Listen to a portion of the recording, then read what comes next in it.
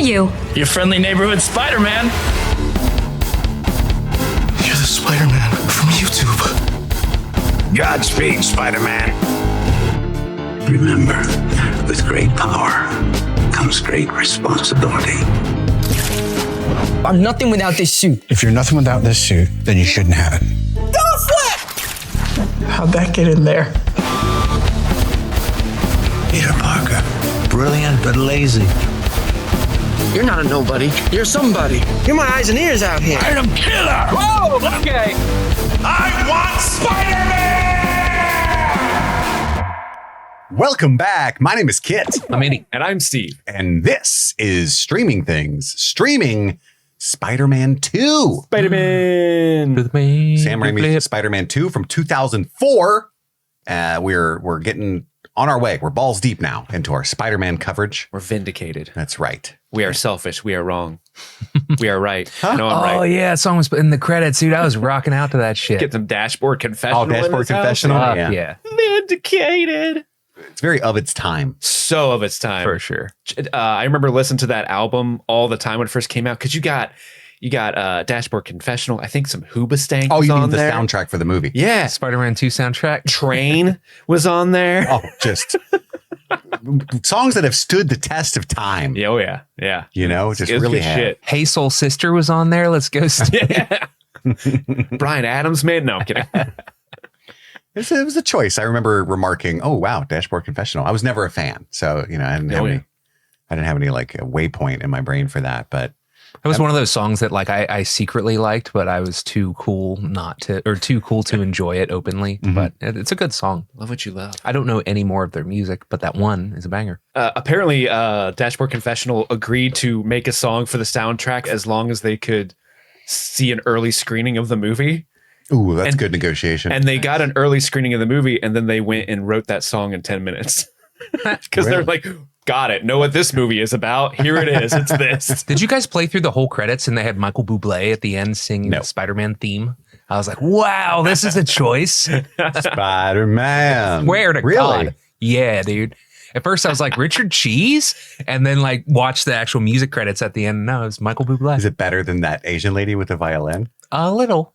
Yeah. I fuck with Michael Bublé. Oh, dude, he's so talented. Oh, yeah. The boobs? Such a good voice. The boobs. Fuck with the boobs heavy. Interesting nomenclature. Well, I'm enjoying this. We get to start ranking them now. You know, that's one thing we do when we go through these franchises. We rank the movies as a team or seasons if we're doing a show. And we only had one last week, but that's one thing we get to do now is fully start the ranking. Over on the Patreon side, of course, we're still going through Breaking Bad and Firefly. The Prestige looks like it is the winner. Did it pull ahead for sure? Yeah, I mean, it's got a pretty heavy lead, and it's almost over, I think, if not already. I'm excited. I'm sorry for all the lack of faith I had in you guys last week. I was talking all that shit. They heard you, and they're like, we have to rise up. I'm really excited to discuss the Prestige with you guys. Cool. You ready for some Spider-Man talk? I would love it. So ready. I think we started it off strong with our Spider-Man 1. Spider-Man 2, pretty popular movie. This is often heralded as the best of the bunch. Many people say one of the best superhero films of all time. It is a cold take to call this your favorite Spider-Man movie of all, I think. Mm-hmm. And I'm curious, like I think Steve feels that way. We'll see. But I'm curious where this lands and what it was like rewatching it for Andrew. What was it like watching it again? What are your thoughts on Spider-Man 2? I fluctuate so heavy with this movie. Whether I think it's like almost as good as the first one or leaps and bounds better and one of the best superhero movies of all time. And it kind of just depends on the mood that I'm in when I put it on. Last night, it crushed. And I was like, this truly is one of the best superhero movies of all time. Fucking landed? Yeah, it just landed. You know what I mean? I had a couple beers, I had some chicken wings, and I had some Spooderman, and I had a good time. Yeah. And yeah, this movie is fucking awesome. It's the only complaints I can possibly throw at it, and I think I said the same thing about the first movie, is that some of the CGI is a little dated. I think that this is more Sam Raimi being Sam Raimi, and I think that that's fun, and it feels more like a superhero thing. The first one, we already talked before about how the zeitgeist of superhero movies in the early aughts was fluctuating between let's be super serial about it or let's have fun and treat it like a comic book. And he leaned more towards let's treat it like a comic book in that first movie. And he went fully comic book in this one. When Doc Ock is just so fun when his tentacles first come to life and it turns in this miniature horror movie. And the dude has like the tiny little chainsaw. He's like, I'm going to get you and stuff. Like I don't know who the editor is. I should have looked that up, but this person is cooking and it is just absolute cinema. You know what I mean? I'm having so much fun. Again, we run into Mary Jane is written a little strangely, where it's just, I just can't live without you. My best friend, how can my best friend not show up? I'm like, he wasn't even sure you knew he lived next door. What do you mean your best friend? What? You didn't even know really who he was until your senior year of high school. Right. So that was a stretch. But other than I'm going to go marry this other guy. Yeah, right. He just went to the moon, apparently. We had moon landings in the 90s. He plays football on the moon. Some super silliness and some little writing issues, but ultimately this movie kicks ass. You know, it's so fun. I will say, it occurred to me this time in the ending, Doc Ock kind of sacrifices himself for nothing because he's like, oh, I gotta stop. We need to drown the ball, and everything is collapsing and sort of sinking into the river anyway. Well, so I'm not sure what he did. I explained that away that he wants to drown it sooner before it has time to do more harm and cause more damage and hurt more people. Because the longer that thing's up, the more maybe buildings will start falling over and all that stuff.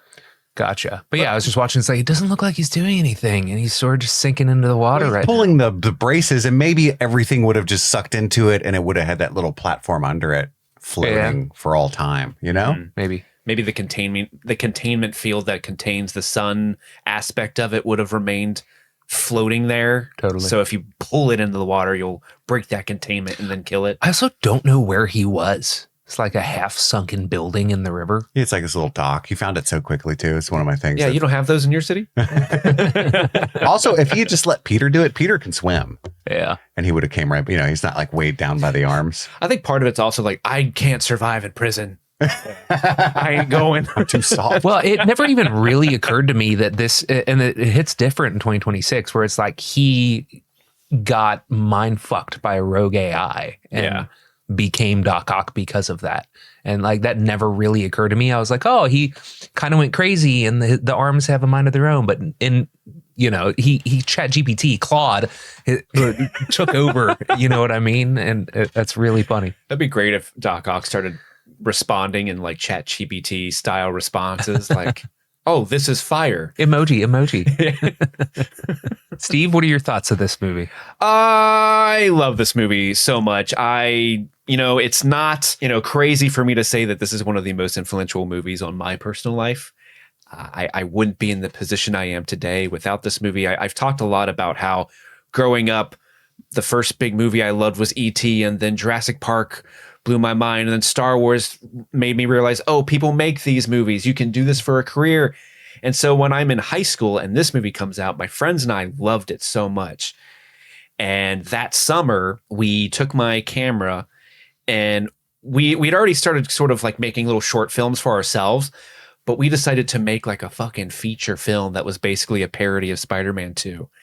And we ended up making a 55-minute long movie called Spider Mike, starring my friend Mike, who was the titular Spider Mike.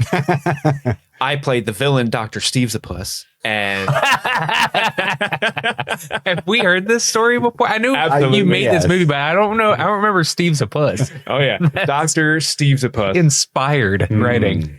And the costume was great because I had like a leather jacket that had tassels on the arms.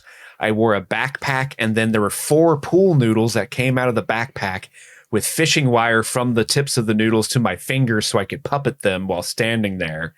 And then the tips of the pool noodles had red Solo cups that were cut to look like claws. So that was my Dr. Octopus outfit. And it was really, really fun. And because of that, that little movie we made was like, got passed around. I made DVDs of it and we would pass it around to people at school. And that shit got like passed around because this was before YouTube and everything. I got letters from people as far away as like North Carolina who like had somehow gotten a hold of one of these DVDs I burned and just wrote in and was like, dude, I love this movie.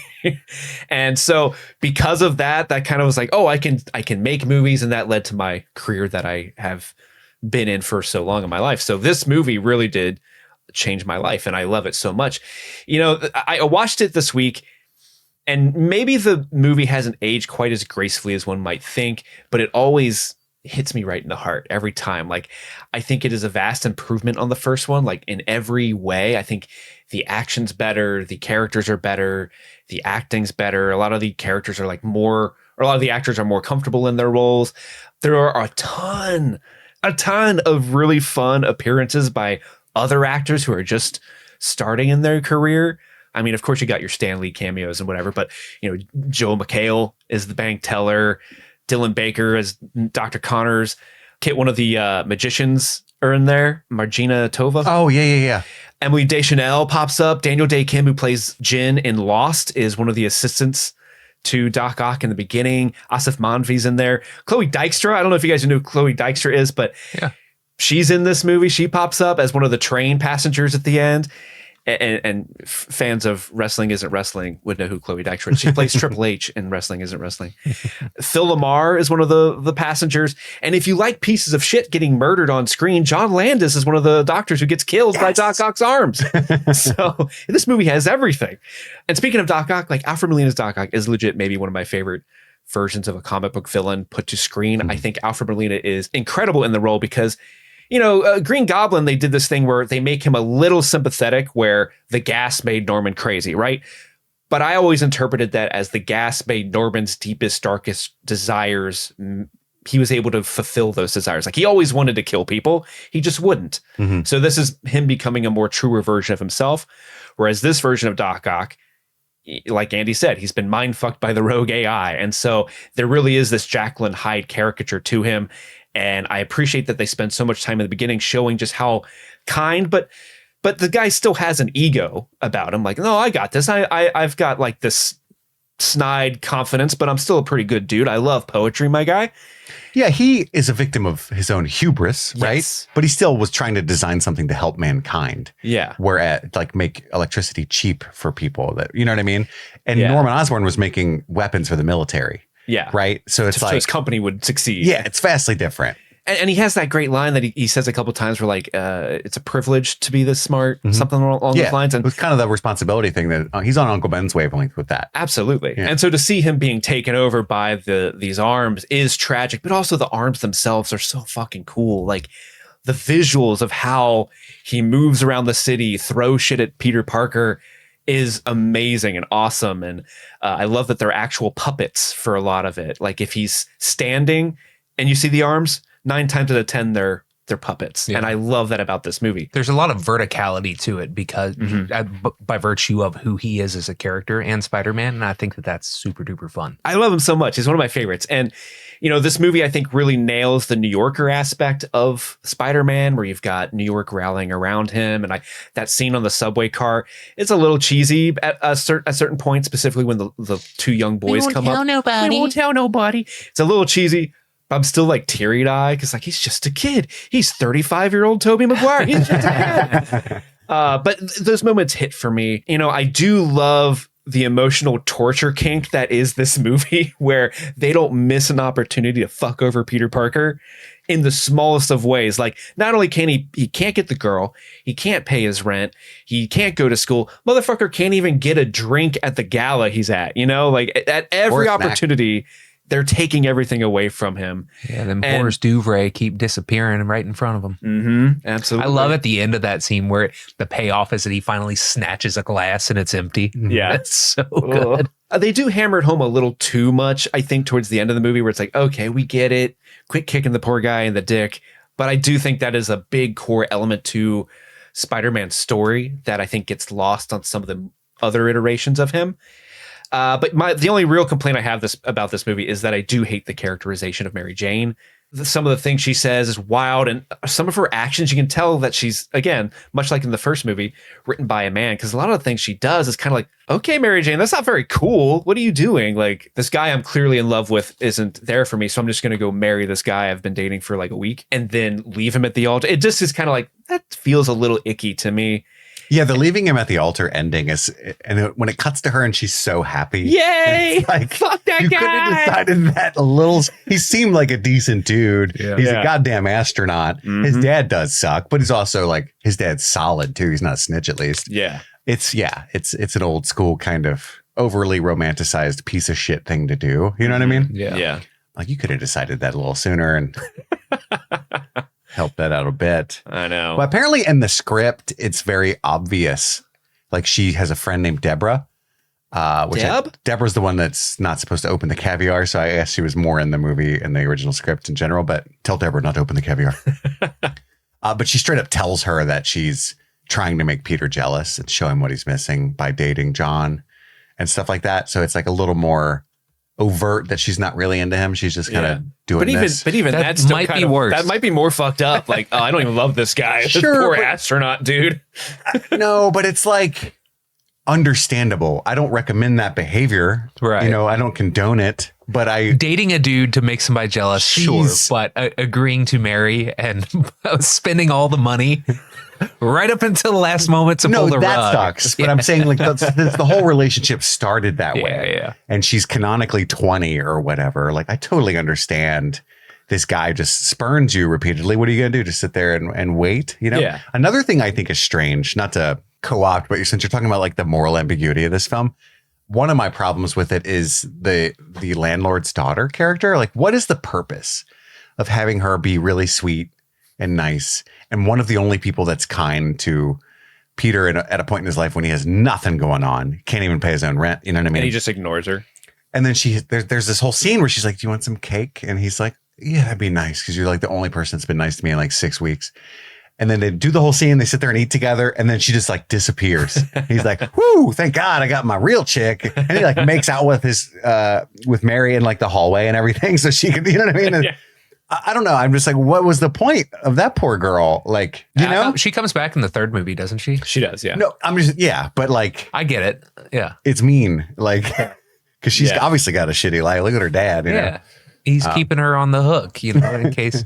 No, I can't be with you right now. That's his Yeah. John, you Yeah. know? Like, That's his John. It's just the filmmakers, I feel like, being like, we need to do something to show that the world doesn't just have a hate boner for Peter Parker. There has to be one good person that's decent to him. Yeah. But even then, she lies to him in that scene. She's like, you want some chocolate cake? And then clearly gives him white cake with chocolate Yeah, that is icing. yellow cake. Sir. Yeah. no wonder he didn't follow up with a second date. This bitch don't even know her cake. This is crazy. She's cool in The Magicians, though. She plays this crazy character. Oh, that's who you're talking about? That's fun. You should check it out. Highly recommended that show. But any other thoughts? I'm so sorry. No, that was it. That was my last one. This movie's great. It's so visually stunning and fun. I do think I prefer the first one. I don't know why. First one's fun. I think they're like equally good, and the first one just has more nostalgia for me specifically. I think the second half of Spider-Man 2 is so fucking good. I think it's a really unique and cool idea that Spider-Man fucks up so much, and he's literally impotent for most of this movie. I love the idea that like psychologically he's unable to perform. I swear this never happens. His webs aren't slinging. Yeah. But not just that, even when he has his powers, he's like losing a lot and needs help frequently from other people. Even old Aunt May saves his life, right? Shame on you. He would have lost that fight were it not for her. She did her own stunts there too, by the way. Which I thought was Rosemary cool. Harris. Yeah. Real one. It's her hanging on the side of a building, I guess. Dude, I looked at trivia and it was like that scene where Spider-Man or Peter Parker flips over a cab. Toby did that himself. I'm like, no, he didn't. Well, he probably had ropes. Right. Yeah. He had no assistance at all. He probably had ropes, and that's what Right. they used that take. It's still a stunt. All right. Dude, I love looking at the trivia because it's like, Tobey Maguire did his own stunts. Rosemary Harris did her own stunts. Alfred Molina, I don't want to do my own stunts. We got stunt people for that. I ain't doing that shit. But he did do his own working out and got that Yeah. 1950s weightlifter body that he was looking for. He has that, what I think is a really healthy view of it, where he says, like, no, there are stuntmen we pay to do this. I'm not going to rob them of their job. And also, like, if I get hurt, it's going to cause production to fail. So I'm not going to do it. That he has a very healthy view on it. And I respect that. I do too. That's how I would be. Mm-hmm. Yeah. I don't want, I could do it, but I don't want to take somebody's job. Yeah, totally. I can probably do it better than them, but I don't want to take their job. Yeah, I'll shit all over them like that. But something about this, I mean, I like the sequence Andy was talking about. That's an all-timer legendary sequence when the arms come to life before Doc Ock. And it's the most Raimi thing in any of these three movies, probably, is that sequence. It's a straight up horror film with these arms, and he's an incredible villain.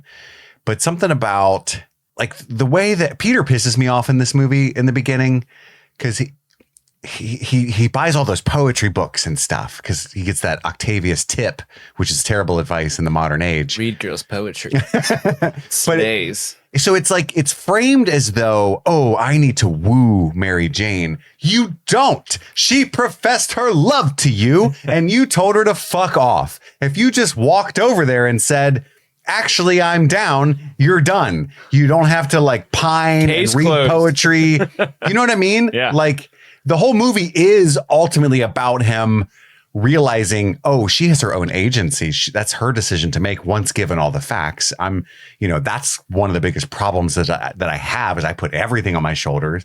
I can't win any of these fights without people in the city and stuff. Like, we're doing it together. Like, that's great, but it's a little silly and frustrating for me to watch that he acts like, and again, she couldn't possibly love me unless I whip out some dope ass poetry lines. People came for me that really love James Franco's performance as Harry Osborn. I think he's better in this movie than in the first one. Dude, except for the delivery of "I have nothing. Spider-Man has taken it all from me." But I also I'm ruined. I have nothing. In general, that I did hate create him. one of the best memes ever. Did it? Where it's like somebody put Sony on his head. It's like, I have nothing left except Spider-Man. It's funny. A good meme. Also, when he drops the knife after he unmasks and it's Peter, that's used a lot nowadays. I just don't think it's very good. It's very silly. Apparently in the script, there was a lot more like he questions whether or not Quest was behind hiring Spider-Man to kill his father and like kind of give him a bad name. And it's a little more believable and stuff. And they just don't have time or room for it. And it ultimately doesn't help enough to leave it in. I totally get it. Mm-hmm. But it's just fun. That's why Peter moved out. It's because I think that's funny if you think about it. Because they had that apartment together. He wouldn't stop talking shit about Spider-Man. So Peter moved out because it was so annoying. And that's why he has that apartment with like the Russians and stuff. Because he's like, ugh. Jesus Christ. Fucking let it go, man. Also, I'm Spider-Man, so it's really uncomfortable. And he never flushes, It's just gross. And there's also that. That's what Bernard's for. His maid, or his butler, I mean. Yeah. Bernard, I did a number 2. There's some cinema sensy things I don't even like mentioning because like that's not how you watch movies, but also it's definitely not how you watch Raimi movies. You know what I mean? Mm. But it does bother me. Like Spider-Man's pretty nerfed in this movie in the sense that like he stops the train. That's cool. He also punches and kicks the shit out of Doc Ock, who I probably brought this up last time. It just bothers me. Yeah. Who is just a dude. Yeah. Yeah. Like your entire skeleton would cave in from one punch. If he like, you should have made it to where he doesn't land any, I like to think Pete's pulling his punches. That is canonically, Spider-Man is always pulling his punches. Yeah. He would put his fist through your head if he actually punched you. Yeah. And so he doesn't do that. Maybe don't too good. if you're losing though. Right. Yeah. He's just incapable of not pulling his punches. Right. But to your point, I do see where you're coming from. It's something that like you said, it is a little cinema sinsy that you need to like, just kind of like, it doesn't matter, whatever, who cares? But I would prefer, if I were Sam Raimi and I were making this, I would just choreograph the fights to where like the arms are always getting in the way. Yeah, like he is doing everything he can to not actually physically be touched by Spider-Man. But that's hard too, because Spider-Man's so fast Quick. and reflexive. Yeah. That it's it's kind of when he gets hit by a couple things that Ock throws, I'm like, I don't think that would happen. You know what I mean? Giant bags of gold coins at the bank. Well, it's so funny. That's awesome. And the one that hits him is because his web stops working. Yeah. But then later he gets hit by one of the taxi doors or something too, I think. And I was like, come on, bud. Gets launched out of the bank like 40 feet into another taxi at one point. Like, pretty sure he'd be dead. There's also a couple funny Raimi-isms that make me chuckle now as a grown-ass man. Like he does tend to put gorgeous women in frame for no real reason other than that Raimi's a fan. And there's a specific shot, I don't remember, I have it written down in the notes, but it's some kind of giant city set piece when Spider-Man stops like a car chase or something. And it's one of those wild like cameras flying all over the place kind of things. And it's awesome. And then it like zooms across the ground and up into like a siren and like the lights. And for no reason, there's like this gorgeous woman and her gorgeous friend with crop tops that just walk into frame and look. Yeah. And it's like, okay. Are they the ones that say, take us with you? Later, I think they do, but take us with you. They just randomly filled the entire frame. Yeah. I chuckled. Boobs. Yeah. Like, oh, okay. This movie's so good. It's so fun. It's one of those things that I have a hard time. Everyone that I love and respect would say Spider-Man 2 is the best one of all of them, but definitely better than the first one at the drop of a hat without even questioning. It's just a thing that everybody says, and it's like, so it's one of those things where I'm like, maybe it is. If I thought about it long enough, it's like, I definitely don't dislike the movie, but I don't feel that way with that gusto. And I don't know why. Alpha Molina's great. I just don't feel that way. I don't know why. I feel that way half the time. The train sequence is incredible. It's so good. So good. That's one of the best. It had me thinking of a video, like the best movie, because trains are like a thing that happen a lot. Train levels. Well, whoa, Andy. Apparently that was the first sequence they filmed, which is kind of crazy.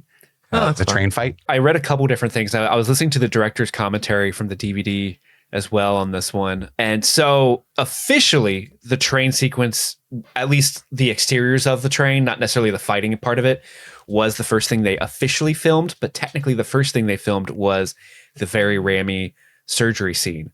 Oh, really? Because when they were filming that, they weren't intending for it to be in the movie. They were just doing camera tests for the mechanical arm puppets to see if they would work on camera. But as they were doing it, they were like, this is awesome. Let's just keep going. And they just kept filming it and filming it and filming it until like, this is so sick. We got to have this in the movie. Let's use this. We did it. We nailed it. That's crazy. Because that's like the most memorable part of this movie for me. Yeah. It's so well done. Because it's like brutally murdering those doctors, They got John Landis. It's great. They just do all those fun things like the lady being pulled back and her fingernails scraping the floor and stuff. Like it's straight up Evil Dead. It's so fun. Mm-hmm. It's so funny because the DVD commentary is split up into sections. So like a scene will start and you might hear Sam Raimi and Tobey Maguire speaking. And they're together, but then there's like other groups of people who are talking separately, but they like edit it in. So like, oh, we're talking about the arms. Let's put the special effects supervisor and editor and they'll talk about it, but they're clearly not in the room with the other duos. But the Toby Sam stuff is really funny because you get to the surgery scene and Toby's like, oh, this scene's so great. This is classic Sam Raimi. And Raimi's so humble. He's like, thanks. Oh, stop. Toby, stop. Another good thing about the commentary is anytime they're shitty to Peter, Tobey Maguire is always like, what's great about you as a director, Sam, is whenever there's something when I'm getting beat up, we do so many takes. But if we're doing like regular ass shit, we don't take that many takes. And Sam's like, I don't think that's true. It just stands out in his memory more. But one of the best bloopers is, that part when Pete drops his books at college and he bends down and all the bags start smacking him in the head. Mm-hmm. Sam Raimi's one of the people smacking him with a bag. He's like, let me in on this.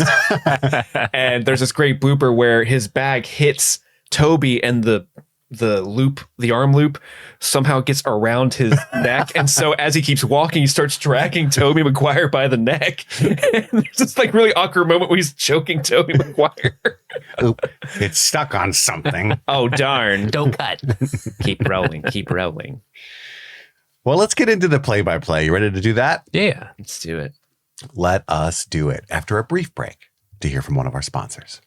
And we're back to talk about scene by scene Spider-Man 2, how it all goes down, how it went down in 2004. Kind of crazy. 22 years ago, this movie came out. Yeah. Take me back. 2004. And it's the Marvel Comics intro kind of morphs into a reference of the first movie as well in this one, which I think is cool. Yeah, they do a nice little previously on. Yeah, like a little animated thing that's kind of its own 2-year-old nostalgia kind of vibe. And it hit. I remember it. It hit. It's amazing that it's only been 2 years and you get these Nowadays. badass fucking installments. Yeah. Well, it made almost like 900 million back in 2002. So they were like, we need more. Yeah. Please, we want it.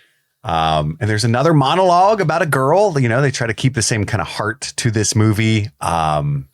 She can never know. And I love that transition into her being the model on the billboard. And he's a pizza delivery boy. And this is another kind of early iconic sequence.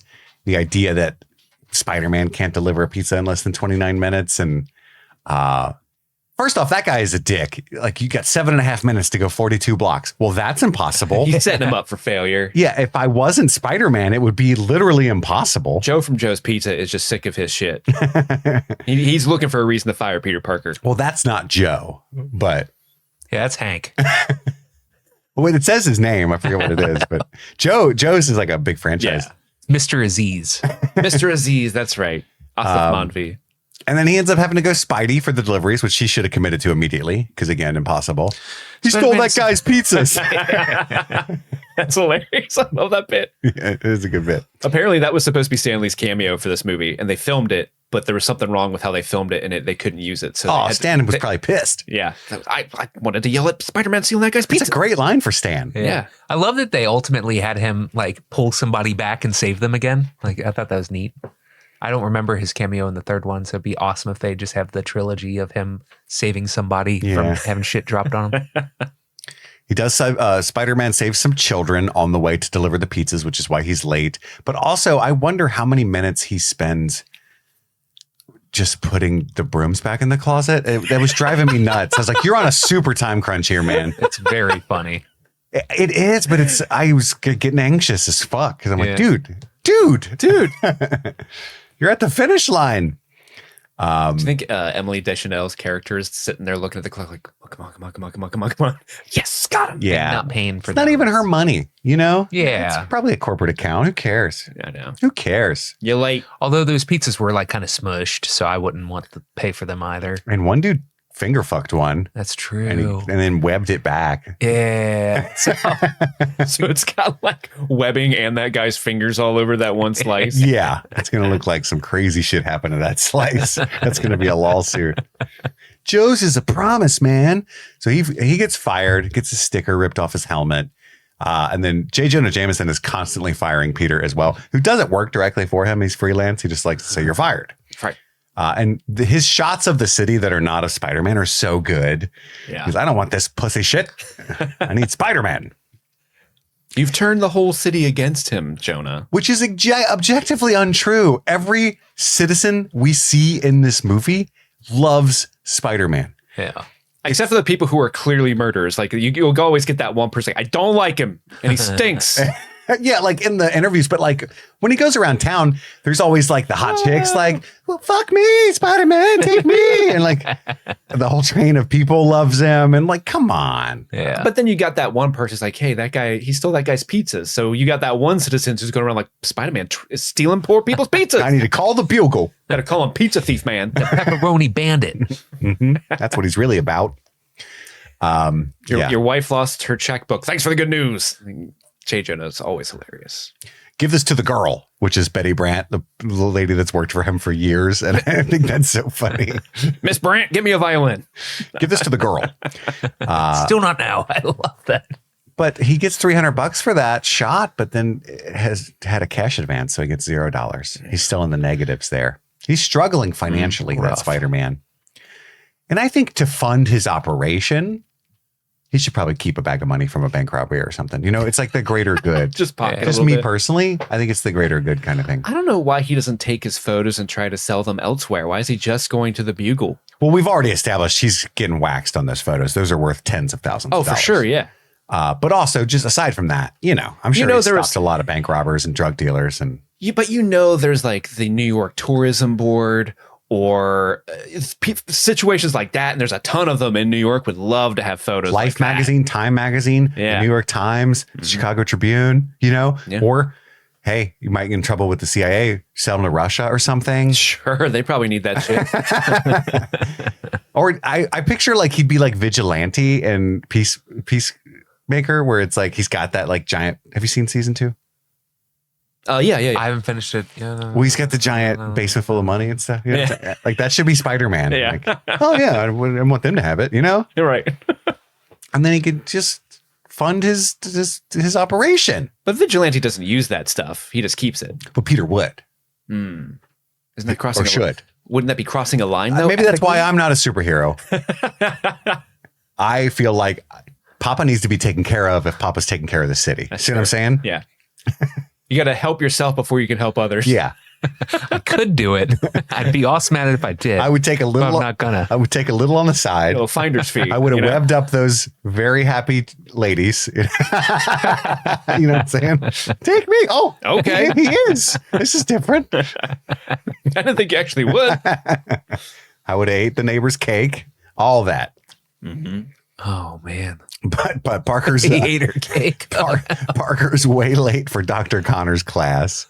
And he's planning to write his paper on Dr. Otto Octavius. He gets a talking to by Dr. Connors. You're brilliant, Peter, but you're just always late. I remember that was a kick-ass Dylan Baker, by the way.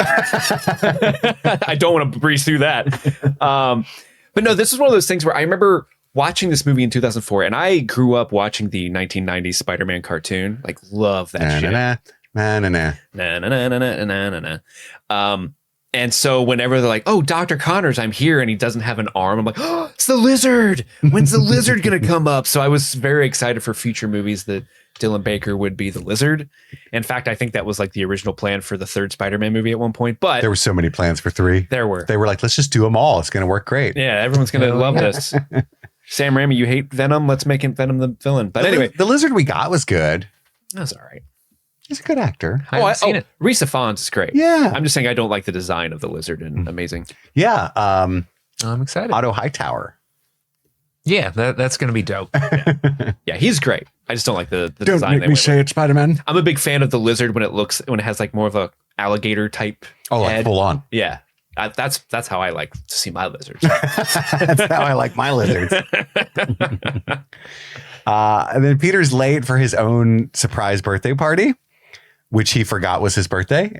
He's so Yeah. selfless. He's so selfless. Oh, is it my birthday? Oh, The scene is so awkward, but in like a great characterization way. Like these are the 3 most important people in his life, but you can just feel this like awkward barrier between all 3 of them. Mhm. And I don't know. I love how they display that in this scene. Harry sent me flowers. Okay, why are you bringing that up? Weird. It's implied, but it was originally way more obvious in the script that not only is Harry butthurt about, I mean, he does say it at one point. How's the bug? You took Mary Jane, Mhm. but like he's like really upset that she's with John as well as Peter. He's more heartbroken in the original script, like overtly. Oh, interesting. So he's still pining after Mary as well. She's been writing plays, which is cool. She's been writing plays? Didn't she? Didn't they say that? She wrote a play, or is it just she's in a play? Oh, I thought she's in a play. She's in The Importance of Being Earnest. Yeah, I know she didn't write that. This is good. Damn. Mary Jane.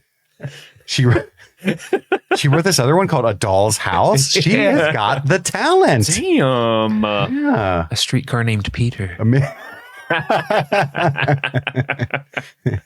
How's the bug these days? Yeah. So Oscorp's funding this guy named Octavius. Oh, you're doing a paper on him? Let me meet you. Let me pull my shit. Let me draw my dick and you can go meet him, you know? Yeah. I'm swinging a little bit. I'm hairy. Girl. I'm Harry. I'm going to put Oscorp on the map the way my father never dreamed of. Which is a weird way for him to With talk. my daddy's money. That's right. Oh, speaking of Harry, I looked this up at some point. Peter's ability to stick to walls, apparently in the comics, is electromagnetism. It's not little hairs. So that is an invention of the movies. I thought that was really interesting. Fascinating. Do spiders have hairs? Little, I don't think so. Is that how they're sticky? Spiders have hairs, yeah. Spiders have hairs. Yeah. Hairy guys? I think that's scientifically how spiders stick to things is little hairs. With their pubes? Because that's all insects, I think. I like it. I know even tarantulas spit their hairs out at people and they're itchy. Ew. It's like a defense mechanism. They'll like rub them at you. Really? Yeah. And if they can get in your eyes and be irritating. Interesting. I don't know why I know that, but That could be one of his weird little abilities. Ripping hair out of his... Yeah. Or just pubes. here's a curly one. Yeah, I was gonna say, damn it. That was going to be my joke. Doc Ock, short and curlies, you know? Mine was better. Just had to let me cook a little bit. I'm sorry. God damn it. I'm sorry. Rewind. I like how you said that with such confidence. Like, y'all, they got hairs. Like you said it like with the intonation of, I've got nipples, Greg. Can you milk me? You've never heard of the tarantula pube attack? Electromagnetism, huh? Yeah, and then he... It doesn't make any sense. Yeah, not at all. To me, I'm not a science guy. Totally. I'm not Bill Nye over here. Is it like at the atomic level, maybe? I guess. Because like obviously bricks aren't magnetic. Yeah. I mean, it's a radioactive spider, so radioactive magnetism. Sure. Yeah. Radioactive. That's a good song. This. Okay. And so, you know, Harry accosts him though. If you knew who Spider-Man was, would you tell me? You're supposed to be my friend. You're not my friend. Wait, Andy, were you going to say something about Harry?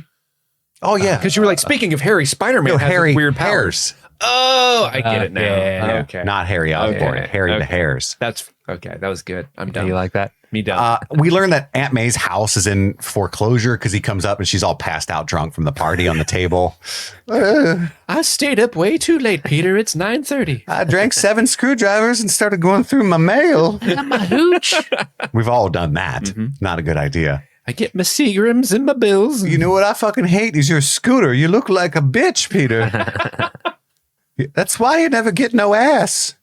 There's no room for ladies on that scooter. Mary Jane don't come around no more because of that scooter. At least don't wear the helmet. You pussy. Also, it'd be a lot cooler if you smoked and drank while you're on there. It'd help a little bit. I just don't want you to be lonely, Peter. Uncle Ben, now he had a motorcycle. We called it his hog.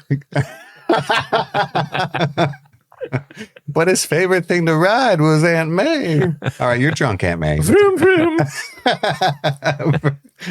And then she like tries to give him $20 and he's seen the past due bill and he's like, "You're Yeah. with me. I can't take that." She's like, "You fucking take it, you take it, bitch." Honestly, I love this scene. It made me tear up because it's like when you're that poor and you want to do things for people, but they know you're poor and they won't let you. It's very, the last thing you have is a little bit of dignity and it takes that away. You know what I mean? Yeah. And because I can remember like my dad giving me $20 on my, on my birthday or something. And I know he's got like 27 and I'm like, no, I'm good. And he's just like, and I can see him hurting him more than being $20 broker would be because he wants to be a father that can give something to his son, So Aunt May just wants to, God damn it, $20 ain't going to get me out of this situation. Just let me do something. Yeah. And it's been 2 years since Uncle Ben died. So since the first movie, it's been 2 years. And if I knew who was responsible, I'd beat that pussy's ass. Oh, and Peter does not like that because he feels like he's responsible. Awkward turtle. Awkward turtle. That's right. We get the classic taking the garbage out back with Mary Jane situation. And Thought I'd check in with my abusive dad. Yeah. yeah. I like seeing you tonight, Peter. Do you like me? Oh boy, yeah. Oh boy. Yeah. Oh, geez. It's one of my least favorite lines in the entire anything ever, really. Anytime he boy, says yeah, "oh what?" boy" is rough because in the opening narration he does an "oh boy," and every time he does, it's like, "oh come on, Butters." It sounds like Butters from South Park. Fellas. Gee willikers. Did you like the little Doctor Strange reference where he's like, "I saw your billboard on Bleecker Street"? Oh, yeah. That's where Doctor Strange is house is on Bleecker Street. Isn't also Sherlock Holmes on Bleecker Street? I think so. I thought you were talking about like at the Bugle later, where like Doctor Strange, There's also that was that one. taken. Yeah. Well, that's where I was like, that hasn't happened yet, Steve. But this is a more subtle one. Yeah, that is a good one. I didn't catch that one. It's too subtle. She says she's seeing somebody now. And he's like, oh, I'm going to go see your play. And she straight up says, don't disappoint me. I won't. Oh, okay. Why would you say that? That's It would weird. be so awkward if somebody said that to me. Even if I was a disappointing person, I'd be like, whoa, I'm not coming now. How about that? Disappoint these nuts. You know, my landlord has a daughter that has She lets me eat her cake. exactly. She says it's chocolate. I don't want to break her heart. She's a little stupid.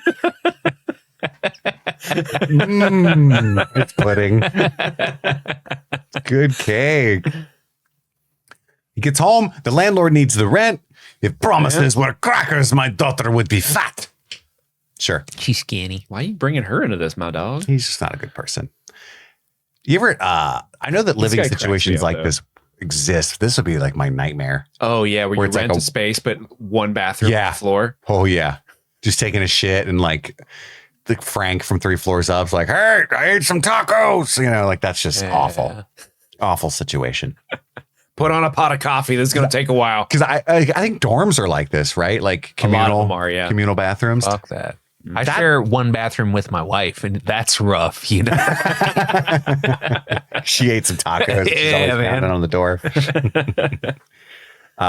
What's this high? Can I spend it? I did love the scene the next morning there where the dude just pushes past Peter into the bathroom when he's waiting. And then he comes back out like, oh, you got problem? Money? Rent? Rent?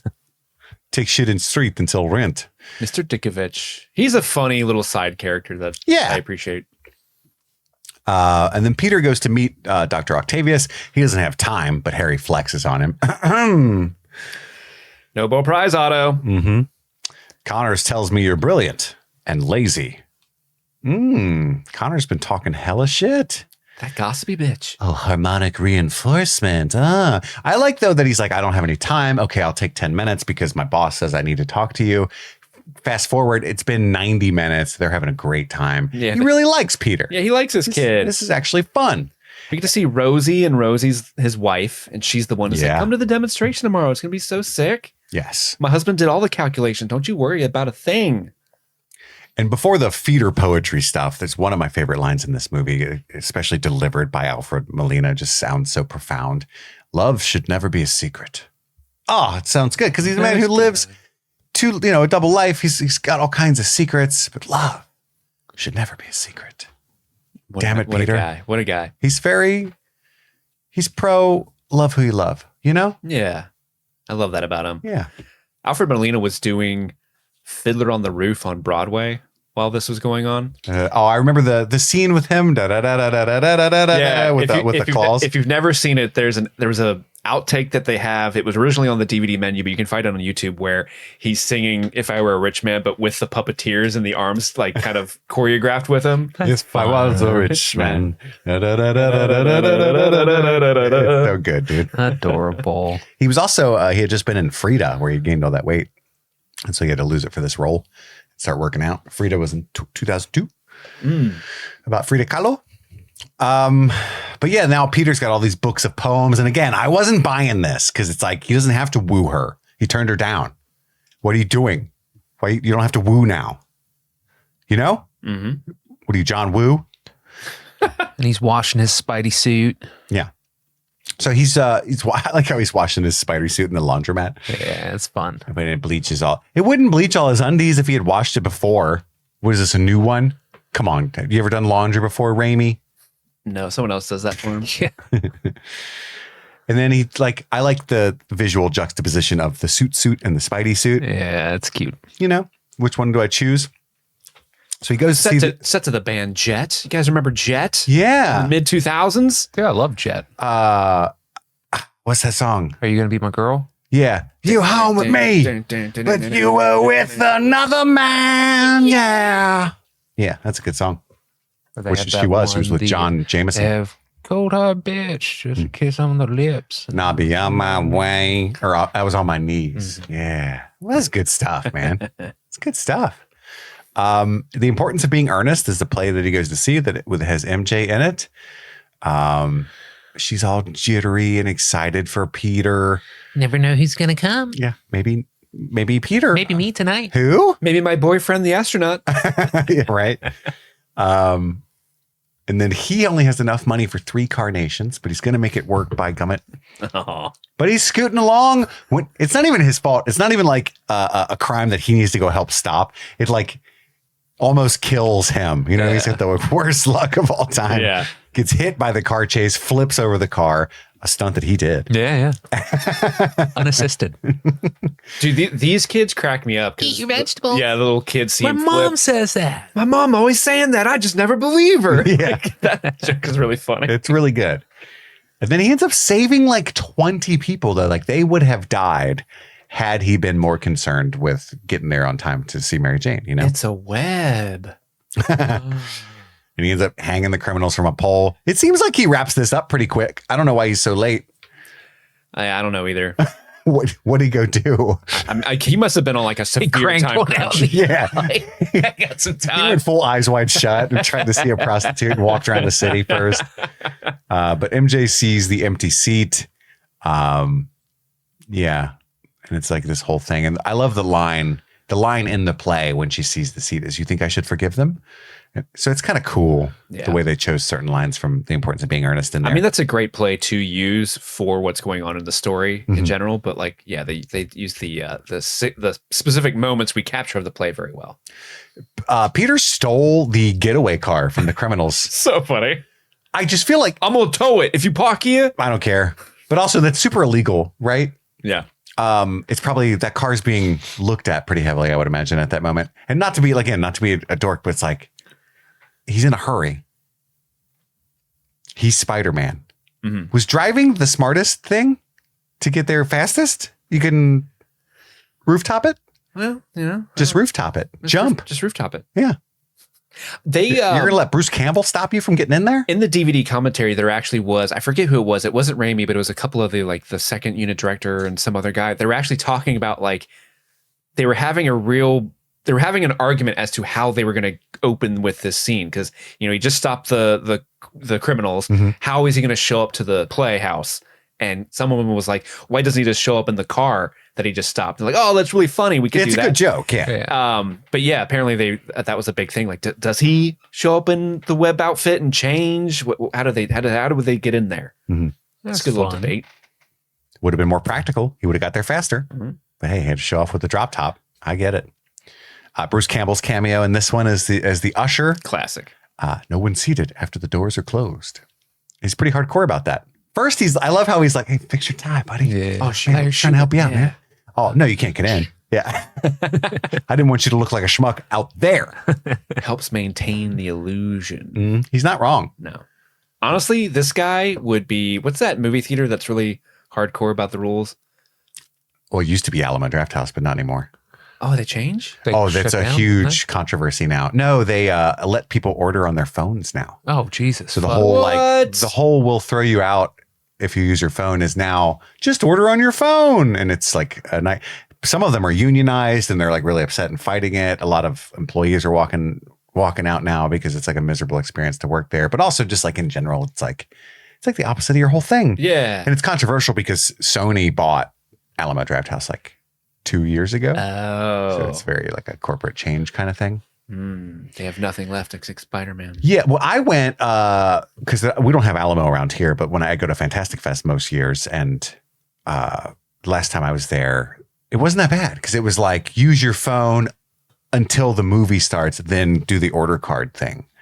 And I was like, that's not a big deal. This is what everybody's mad about. But apparently that's not the case at a lot of Alamos. I don't know. But I didn't have a bad experience with it. I thought it was pretty normal. I think you should just not be allowed to order during the movie at all. For sure. Because it's a cool thing. Every time I've ordered food at a movie, the person comes up at an inopportune time to give me my bill. Yes. And it's ridiculous. I agree. Yeah. Like it's the climax That's of the Blade cool Runner thing about the 2049. phone, though, is it's like you should only be allowed to order until the movie starts. And then there is no bill. It's on your phone. Yeah. Like your tab will be closed out with an added automatic gratuity if you don't go back in. And do you know what I mean? Like Totally. It's digitally closed by itself. So Let's that's the save me cool money. thing about it. So I don't know why people just don't let me run shit. There's obvious solutions abound from Kit Lazer's perspective. Dude, the last time I ordered something at a movie theater, it was an AMC, and Like the Westchester one or whatever? yeah, the Westchester one. We went to it was called the Big D, but now has Fuck a different yeah, it name. It's was. like the Big P. It's Way better. Nailed it. I took a photo and We sent fixed it. I took a photo of their new branding and sent it to you guys because it was just as stupid. Like, Now let's call it perceive DP. the power. But we sat Call down. it DP in the V. We sat down and ordered pretzel nuggets. You guys know me. I'm a big pretzel nuggets and cheese guy at the movie. Yeah, you went for something different this time. Ordered them and, waited 20 minutes. And they're like, oh, hey, your order's ready. So I go get it. And they're like, yeah, we don't sell pretzel nuggets here at this theater. I'm like, why is it on your fucking app? That's fucked up. Yeah. They're like, we straight up don't sell these here. So they said it's ready, come get it. And what they had ready was your no. What they had ready were my empty cups that I ordered for my drink. And so it was like, it took you 20 minutes to procure those empty cups that I have to go fill. That's savage, dude. Yeah. Oh. Well, what I'd love about Alamo Draft House is they have like actual, like the burgers are good. They're all right. The pizza's really good. They've got those fucking buffalo cauliflower bites that I'm obsessed with. Their cocktails are really good too. Wouldn't know that, but that's good to know. The shakes are good. It's just like good food. There's a place, the Independent Theater in Kenwood has good food like that. Just so as you know, and you can order from your seat and stuff. I should go up there more often. I like that theater a lot. But yeah, we digress. It's true. It breaks the illusion. Can't go in, right? So he's walking home. Hella posters. Is that a thing? Well, before the posters, he does. He sits across the street to wait for Mary Jane. Yeah. And there's like the busker lady. This is the first time we get the Spider-Man. Spider-Man. He watches her come out, and this is where he witnesses her boyfriend. He's like, oh my God, he's pretty handsome. I bet he's packing. Oh, no. God, I've been set up. She invited me to see this. Is this the performance I was meant to see? But then the sirens go by. Spider time. But this is where his webs start to fail. He's firing blanks, and he has vertigo. It's like all of a sudden he's me up there on the roof. Like, Yeah, oh well, no. as soon as he loses his ability, you're like, oh my God, I can't fucking just catch myself. Fuck that. I can't perform. Yeah, it's the worst. This usually doesn't happen. It's me on my roof. It's like a 12-foot drop, and I'm still like, oh my God. You're just so beautiful. Dude, I'm scared to be on rooftops too. Yeah, can't It's do it. terrifying. Yeah. Same. I'll pay somebody. It's cool. We've got other skills. So he has to take the elevator down, and this is where he's like has that long awkward bit with that guy in the cool Spidey outfit. Who is that guy? He's familiar. He is a guy. He's a guy. He's a guy. Yeah, he's from a lot of stuff. I did look him up, but I hadn't seen any of the stuff that he was in. But Oh, he's, really? he's a lot of I minor feel like he was in roles. like Entourage or fucking. He looks like an Entourage guy, you know? I can look him up real quick. Rides up in the crotch a little bit too, which we all assumed it would. Yeah. Just kind of chafe the perineum. Yeah. Sometimes the seam squeezes up in Exactly. between the balls. So I have one ball on each side. It's very uncomfortable. It's the worst. And then he walks home past that wall of MJ's, which is just salt in the wound. Mammal toe. He leaves a message for it's a moose knuckle, Andy. He leaves a message for Mary Jane with an excuse. Somebody's got to talk to that usher, but he runs out of change Yeah. and just leaves a dud ass voicemail. Someone should talk to that usher. And then he tells the truth to no one on the phone. I'm Spider-Man, Yeah. and I'm cool. Here's the truth. And I'm saving people, and I'm ripped. And you're missing out with that bum ass astronaut. So that guy in the elevator is a guy named Hal Sparks. Hal Sparks. Apparently he's a VH1 talk soup person. Oh, that's why wow. Joel McHale was there. He's most famous for being on Queer as Folk. He played Michael on Queer as Folk. Cool. We get to Octavius's presentation, which Peter is there to document. He has a fire ass joke that nobody appreciates. Dude, I love it. It's so good. He ruins it by being like, just a little joke. Sorry about that. You know what I mean? Just like lean into it. But I'm going to start using that. But I love how awkward he is. He's charismatic, but still awkward. We found a giant roll of $20 bills wrapped in a rubber band. Just want to let you know we found the rubber band. Any hoozle. I wish they would have had Norman Osborn in there. just cackling in the background. And then he's got, his assistants. I think this is funny too. The arms. An astounding scientific breakthrough in and of themselves. Yeah, like, let's stop the presentation. Can we talk about those? That's incredible. Oh, this old thing? Fuck this. Yeah. This is just what I use. These mechanical arms fused into your spinal column that you control mentally, telepathically, I guess. And you have an AI chip that stops the rogue AI. And they're resistant to magnetism. He's also invented something no one ever talks about in this scene. The snuggest plugs of all time. Because Spider-Man has to use all of his strength to pull the plugs out of the outlet. And it cracks me up. I don't know if you guys know this. Spider-Man is very strong. And the fact that he has to put his feet on the wall to pull out wires is like, what the fuck is happening? There's two major inventions that we need to talk about here. You guys have a problem with your phone charger getting yanked out if your phone's plugged in and you forget? Well, Doc Ock has an invention for you that will rip that phone apart before that plug comes out. Really, I think it speaks to how bad of a CEO Harry is of Oscorp, because he didn't realize the potential in these markets that they could have made bank on, for sure. Also, why are you doing cold fusion in like a penthouse in Midtown? Why is everybody there? Well, not only that, You didn't know that it works. just rent out a hangar or something. Like, you know that there are risks here. Yeah, it's like there's a lot of magnetism involved, so let's hang out in a room that's all steel beams. Why are you doing this like fusion reactor in the same room you would do a reading of Rent? There are tenants above and below. 525,600. Exactly. That's a table read room, not a fusion room. But anyway, all that aside. But yeah, we were introduced to the tentacles, and I do like that on set. Inhibitor chip. Alfred Molina had names for them. They were Larry, Harry, Mo, and Flo. Mm. Flo is the tentacle that has like the smaller grip strength that's like holding his cigar and shit later on. Oh, and like grabs his. I love how there's always that one that like takes his glasses off, takes his hat off. That's his Flo. fedora. Flo is the one doing Okay. that. Which one has the spiky stabby? Is that Larry? They didn't call out which one that one was. Mm. But that was a Sam Raimi invention, because Doc Ock doesn't have knives in his tentacles canonically, but Raimi's like, let's give him a fucking knife in those things. I like it. Sick. Hell yeah. It is sick. Shame on you. And we're introduced to the idea of tritium. There's only 25 pounds on the entire planet, but Harry from Oscorp is supplying it. Precious tritium. Which, by the way, he's like, I'm broke now. I'm ruined. Just sell that tritium in your vault. Apparently. Yeah. Yeah. $1 billion right there, buddy. And there is a successful fusion reaction. And we get the first of two iconics. The power of the sun in the palm of my hand. I love that's that hubris shot. right there. Uh-oh. He's got the classic Doc Ock goggles on, but like the sun is in the one. Yeah. The duality of what he's about to do. So good. Ugh. But then the magnetism kicks up. The metal starts flying. Peter leaves immediately.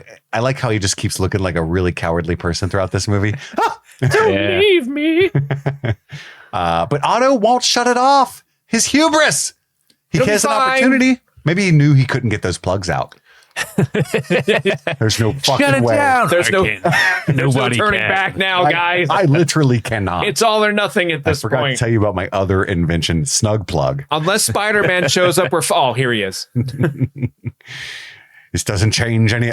It's so fucking petty when he saves Harry and he looks at Spider-Man and goes, this doesn't change anything.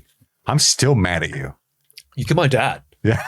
You stabbed my dad in the groin like 8 times. I have nothing except for you. And then you carried him home like a baby bitch. It's fucking weird. And laid him on that couch no one lays on. Spider-Man tries to pull the plug. Ock hits him. That's when the glass breaks and kills Rosie. No. Brutal death. It's like there's no blood or anything when you see her because it's PG-13. But like in my mind, she's like eventuated. You know? Yeah. All that glass. Originally Straight to in the her eye. script, it was just like an arc of power from the sun ball that killed her. And eventually Raimi came up with the glass move. I think this one is more visceral and. But also, it's so cool the way it's shot, like the spinning shards that are reflecting, and like it's beautiful, man. Yeah. It's beautiful. But his inhibitor gets shocked out. Those damn tight plugs finally get pulled out. Harry's walking out like, I'm ruined. I have nothing left except Spider-Man. Okay, get in the car, sir. He saved your life, sir. You're still very wealthy, actually. He touched me. He tried to eat my cake. He threw tiny hairs in my eyes. Why did he do that? Only me. Did anyone else get hit with the pubes? And then we Pocket views. Spider-Man. And then we get the iconic hospital scene. Otto might need a laminectomy, which is the worst news you can get. What is Of that? all the nectomies. I don't know. Of all the I was just joking. I don't know what that is. The dude's like so pleased with his shop class joke because he's got the little grinder. Dude, the shop class joke hit better than the rubber band joke. You think so? Because he at least he got a chuckle out of it. Well, yeah, it landed in universe better, but it's not a good joke. He knew his audience. That's Yeah, right. for sure. He's just the boss, and all the other attending doctors are like, He's gonna fire he us. grabs my ass. I love the way Raimi builds tension to this because you get the real close up shot of his eyes and the saw starts going, but you see a little bit of something, and then he looks and there's that really it lingers on him like that move. I think that moved. No, we're good. Like it's a real long shot, but I love the tension that it builds. You know what it reminds me of? These arms remind me of like Velociraptors. Yeah, they do. The way that they, yeah, it's like blue. He's like clicking.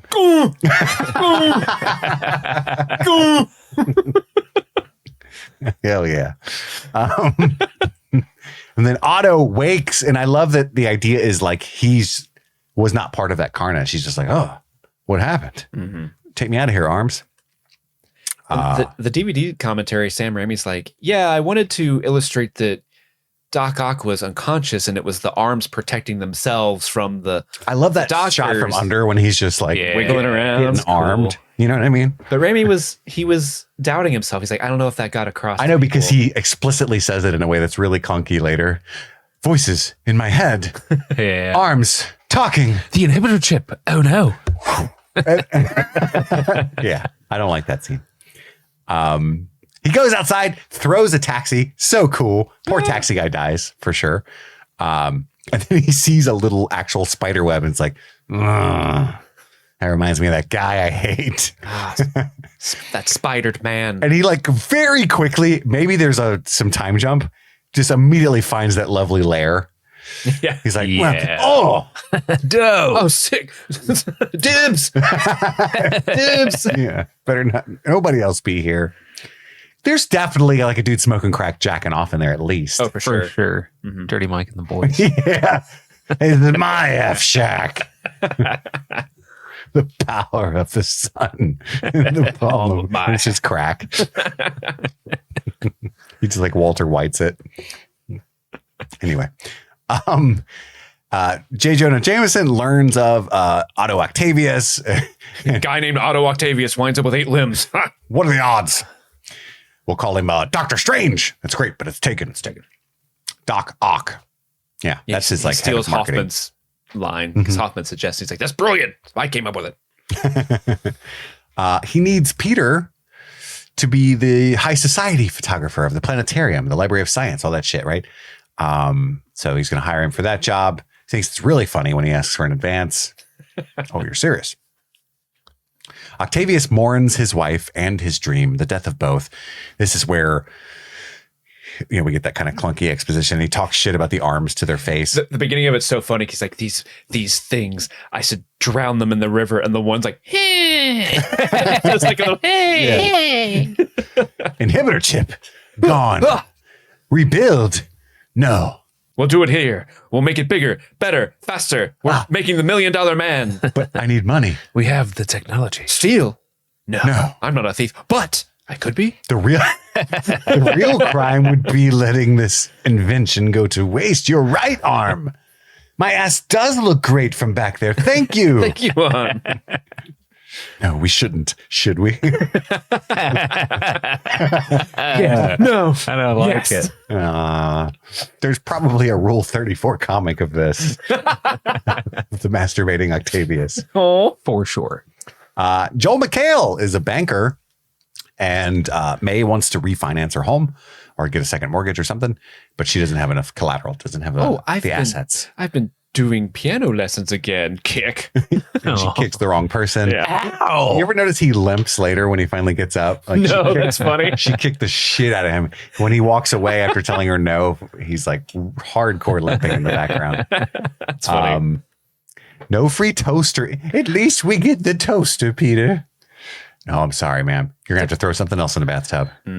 So she totally like showed up, opened a savings account, deposited $5, and then was like, by the way, can I get a loan? Mm-hmm. And yeah. So I mean, Desperate times. kind of good on Joel McHale. Like, And he's a previous banker. he caught He's onto a her bootlicker, ruse. So This in another world, this would have been Andy. Yeah. Instead of Joe McHale. he would have denied him.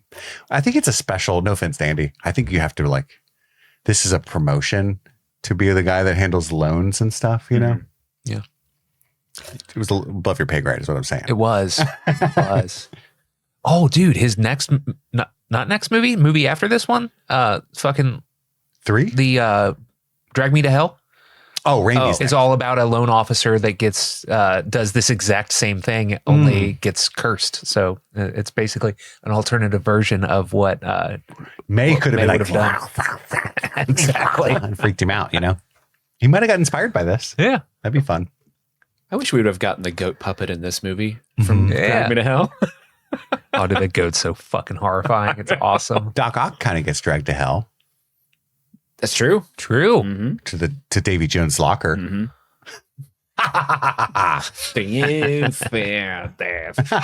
Dr. Octavius. 300 years before the mash. Damn, it tripled. Looking at one for each arm. But not Flo. Flo's good. He actually would love him because he's an octopus. He would. We have so much in common. Do you like turtle dives? Yeah. But May, I like the juxtaposition of this because at first glance, you're like, oh, that's silly. Fucking Spider-Man's in the bank that Doc Ock is trying to rob. Terrible luck. There's one bank in New York. Yes, that's right. But I actually love it because it shows the juxtaposition. Not that it's necessary anyway, but I just like it that Ock needs the money. He's not a criminal in his mind. He's just like, I need this money. You know who also needs the money? Spider-Man. You know who also could rob that bank? Spider-Man. But he's not, right? So it's just like this kind of moral. Obviously, he's being controlled by the arms. It's not a perfect thing. But what I'm saying is like, it's really cool that they show them in such destitute financial straits, but not robbing the bank. You know what I mean? Yeah. Because they're solid peeps. That's a good point. I never thought of it that way, but that's right. That's true. And Peter saves Aunt May by like kicking her chair across right as the Yeah, it's a shit cool goes shot. down. But then it looks like he's running away, Yeah. and Joel McHale makes it worse. Don't leave me. That boy of yours is a real hero. I love the arm taking off his fedora as he gets into the vault, and then he starts throwing coin. We get some Spider-Man stuff. Here's your change, you know, that kind of stuff. Yeah. Very Spider-esque. It's so fun. I love that, like, no bank, I think, for the last, I don't know, ever Has just, like, has big bags ever of just had coins. bags of coins, but it's such a comic booky, Yeah. like, you might as well have had Scrooge McDuck swimming in the coins back there in the vault. Like, I love that shit so much. Well, it's a big New York bank. Maybe they got those Liberty dollars or whatever, you know? Sacagawea coin. Joel McHale tries to take a fucking quarter. All right. Shame on you. Oh, ow. Apparently she's got a real hammer on her because it hurts him a lot. She's just beating the shit out of him this whole movie. I know. His web stopped working, so he does get hit with a bag of coins. I love that Doc Ock's like, ha! Got it. Yeah, You know? I love that delivery. triumphant. There's the big table slam into him and all that shit. It's cool. It's a good fight. It's a good fight. But he grabs Aunt May out of the crowd of all people, unfortunately. And ends up like dropping Aunt May for Spidey to catch. Butterfingers. She ends up hanging on by her umbrella, and then Did her own stunts. there's the whole bit where she thinks she's going to fall to her death, but she's on a ledge the whole time, and she thanks the angel there. That's still very scary. You know what I mean? Yes, Like, standing there. Yeah. That's why she's still holding the umbrella, Yeah. but it's like it's a better sitch. All right. But then he's got that stabby trap waiting for Peter, and May, shame on you. You've stuck your webs into my business for the last time. He's going to impale him in midair. And then May ends up falling. She blasts him with that umbrella too. He saves her. And this is where the hot chicks kind of roll into the shot for no reason.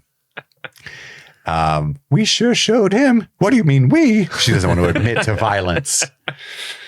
And then we get those awesome flying shots. And then we get transition to the planetarium, the event that he's supposed to photograph. He can't get any of these free snacks. All of the hors d'oeuvres keep getting snatched away at the last second. My heart broke for Pete because at one point he goes to take a photo of somebody and the His lens cap was on. That sucks. It's the worst. Oh my God. I did that a couple times when I was like doing videography. I'd be like, oh, this is a great shot. Fuck. Yeah. It's the worst feeling in the world. And Harry's all sloppy drunk there. It's a party, isn't it? I don't want to fuck Spider-Man. Do you remember when we Nobody came? said you did, buddy. I feel like you do now, though. No. No. I don't want to put him on that little couch and take him to town. Little Spidey tingles. Do you remember when we came here for high school field trip and we fucked this place up? I do. I came in the Rolls Royce every night until I find him. It's 24/7. On site. You stole Mary Jane. I run these streets. Jameson wants shots with everybody. He's like, very enamored with the celebrities there. We find out though his son's like a famous astronaut, Yeah. which is kind of crazy. Also in the comic books, Captain John Jameson. John Jameson is the Jingleheimer Smith. Man Wolf. He's another Spidey Rogues Gallery villain. Oh, that's fun. 'Cause The he's Man mad about Wolf. taking Mary Jane. Yeah. That's why she's dating him. Well, Mary Jane's just running around having sex with everybody but Peter and turning them into villains. Changes a man. Any hoozle. Mary Jane's there. That's his woman. Oh no. And Peter still can't get a snack. And this is what Steve was joking about earlier. It's like the sequence of like everyone shits all over him and nothing goes right whatsoever. He talks to MJ. He tries to apologize. Oh, you. He tries to he tries to read her poetry. She's like, what the fuck are you talking about? You know, Doc Ock told me this is how you smash. I'm sorry, there was a disturbance. You know, John has seen my show 5 times. Harry's seen it twice. Aunt May's seen it. Even my dad's seen it, even though he's just there to get some money from me. But still, it's like, you're a piece of shit, right? But my best friend can't make an 8:00 curtain. But my name is Ozymandias. Look on my works, ye mighty despair. You're nothing to me but an empty seat. And then he grabs that empty martini glass. God damn it. Oh, I wanted him to throw it down like Norman Osborn style. Speaking of Osborn, round 2, Peter Parker. Let's fucking go. He shows up out of nowhere. Let's continue this conversation. Troy 47. You stole MJ from me and my father's love. And then I didn't hear no bell. And then he just starts slapping the shit out of Peter. You like that, you little bitch? And everybody's like, oh my God, he's taking it. Look at him. And in the middle of that, it's so funny. Right after the slap, everybody, I just want to let everybody know that Mary Jane has agreed to marry me and not Peter Parker. Now Is a bitch. we're taking the party from here to the cemetery. We're all going to shit on some guy named Ben Parker's grave. Peter, you're going to take photos of the whole thing. And then apparently there's an orgy at some lady named May's house. Like it just keeps tripling down on the shitty. Oh yeah. I hate this day so much. Yeah. Oh my God. And then his webs fail again mid swing. The impotence hits. His wall climb even fails. And then he falls into the puddle against the dumpster. And there's a piece of newspaper. Spidey and Ock rob bank. Just like Yeah. Fake news. Right. Right? Mayor Pete? attends massive orgy at May's house. God damn it. Damn it. And then his vision's failing again and he needs his glasses back. His whole thing's getting fucked up, right? We cut to Ock. Again, doesn't matter. It's a fun movie, but it's funny to me. It's like, okay, I robbed the bank. I got He got some money and then he ordered all this shit on eBay. how do you just buy science this shit. stuff? You know, where does that? You don't have a bank account anymore. Like you don't. They're asking for my address. Floaty dock. That's the shitty dock on the wharf. F shack on the wharf. Oh, okay, I know that place. No contact. Peter goes to see a doctor and he's like, "Look, man, I think everything's fine except for like the splooge ducts on your wrists. Yeah, I can't. Also, your hairy palms are a little weird. Yeah. Like, I don't think seeing a doctor is a good idea. No. Also, you have a really infected bite on your hand. It's really You should have gotten this looked at a long hideous. time ago. And he tells him the Spider-Man dream. And It's not my dream. It's a friend's dream. a friend's dream. Oh, okay. So my friend in his dream, he's Spider-Man and he can't get it up. So he tells him, you always have a choice, Peter. You don't have to be Spider-Man in the dream. Peter's like, for realsies? So then he chats with Dream Ben. And Uncle Ben's like, Peter. remember, with great power comes great responsibility. Take my hand. Except it doesn't, Ben. I'm sorry. But Those were your dreams for me to be Spider-Man, Uncle Ben. No, it does. I'm Spider-Man no more. I'm Spider-Man no more. I'm just Peter Parker. Then he throws the suit away in this little, Pee-pee. I'm just pee-pee. I'm just pee-pee. Leave me pee. He throws the suit away in the trash can in the alley. It's an iconic cover of the Spider-Man No More comic. It's so cool. Storyline. It's cool, man. Yeah, it's dope. It's like hanging out there like that. I Spider-Man feel like no he more. laid it down intentionally. I gotta have the mask and a glove. He took a photo of it to sell to Yeah. Jonah later. Ooh, that would have been smart. Got to make some money off of this decision. He's not a capitalist, but he suffers from that, you know? Mm-hmm. And then we get this weird raindrops keep falling on my head. And at And first, he eats shit immediately. It's so funny. I realized, because that bothered me. I was like, what? Nothing in this sequence that's happy is working out at all. And then I realized, oh, but that's his life before becoming Spider-Man. Yeah. And he's just happy to be himself again, where he's Totally. tripping all the time and nothing works out and everybody beats him up and shits on him. This is one of those scenes where I feel like you're either in or you're out. There's no in between. Like people either fucking hate this scene or love it. Spider-Man 3 is just 3 hours of this. Yeah. I want that hot dog though. Dude, the funniest part is the hot dog shot because the police are like going to some emergency. He's like, oh, there's an emergency. Huh. Hot dog. I like how later, though, like this makes sense. I'm not Spider-Manning. I can't, because you can't be everywhere and save everybody. That would be really stressful if you were a superhero. Like there's Yeah. always going to be people that you miss or that die or that, you know, crimes that you don't stop. So like the car chase goes by. It's like, okay, I get it. Maybe it sounds bad. I'm going to skip a few if I'm Spider-Man. Sure, yeah. I'm just saying. Sure.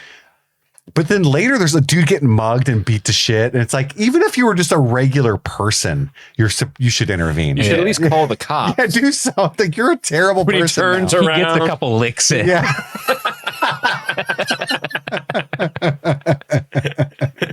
Whoa, who are you? I just want to help. Yeah, fuck this guy. Nerd. I'm Spider-Man no more. Okay, but What's that mean?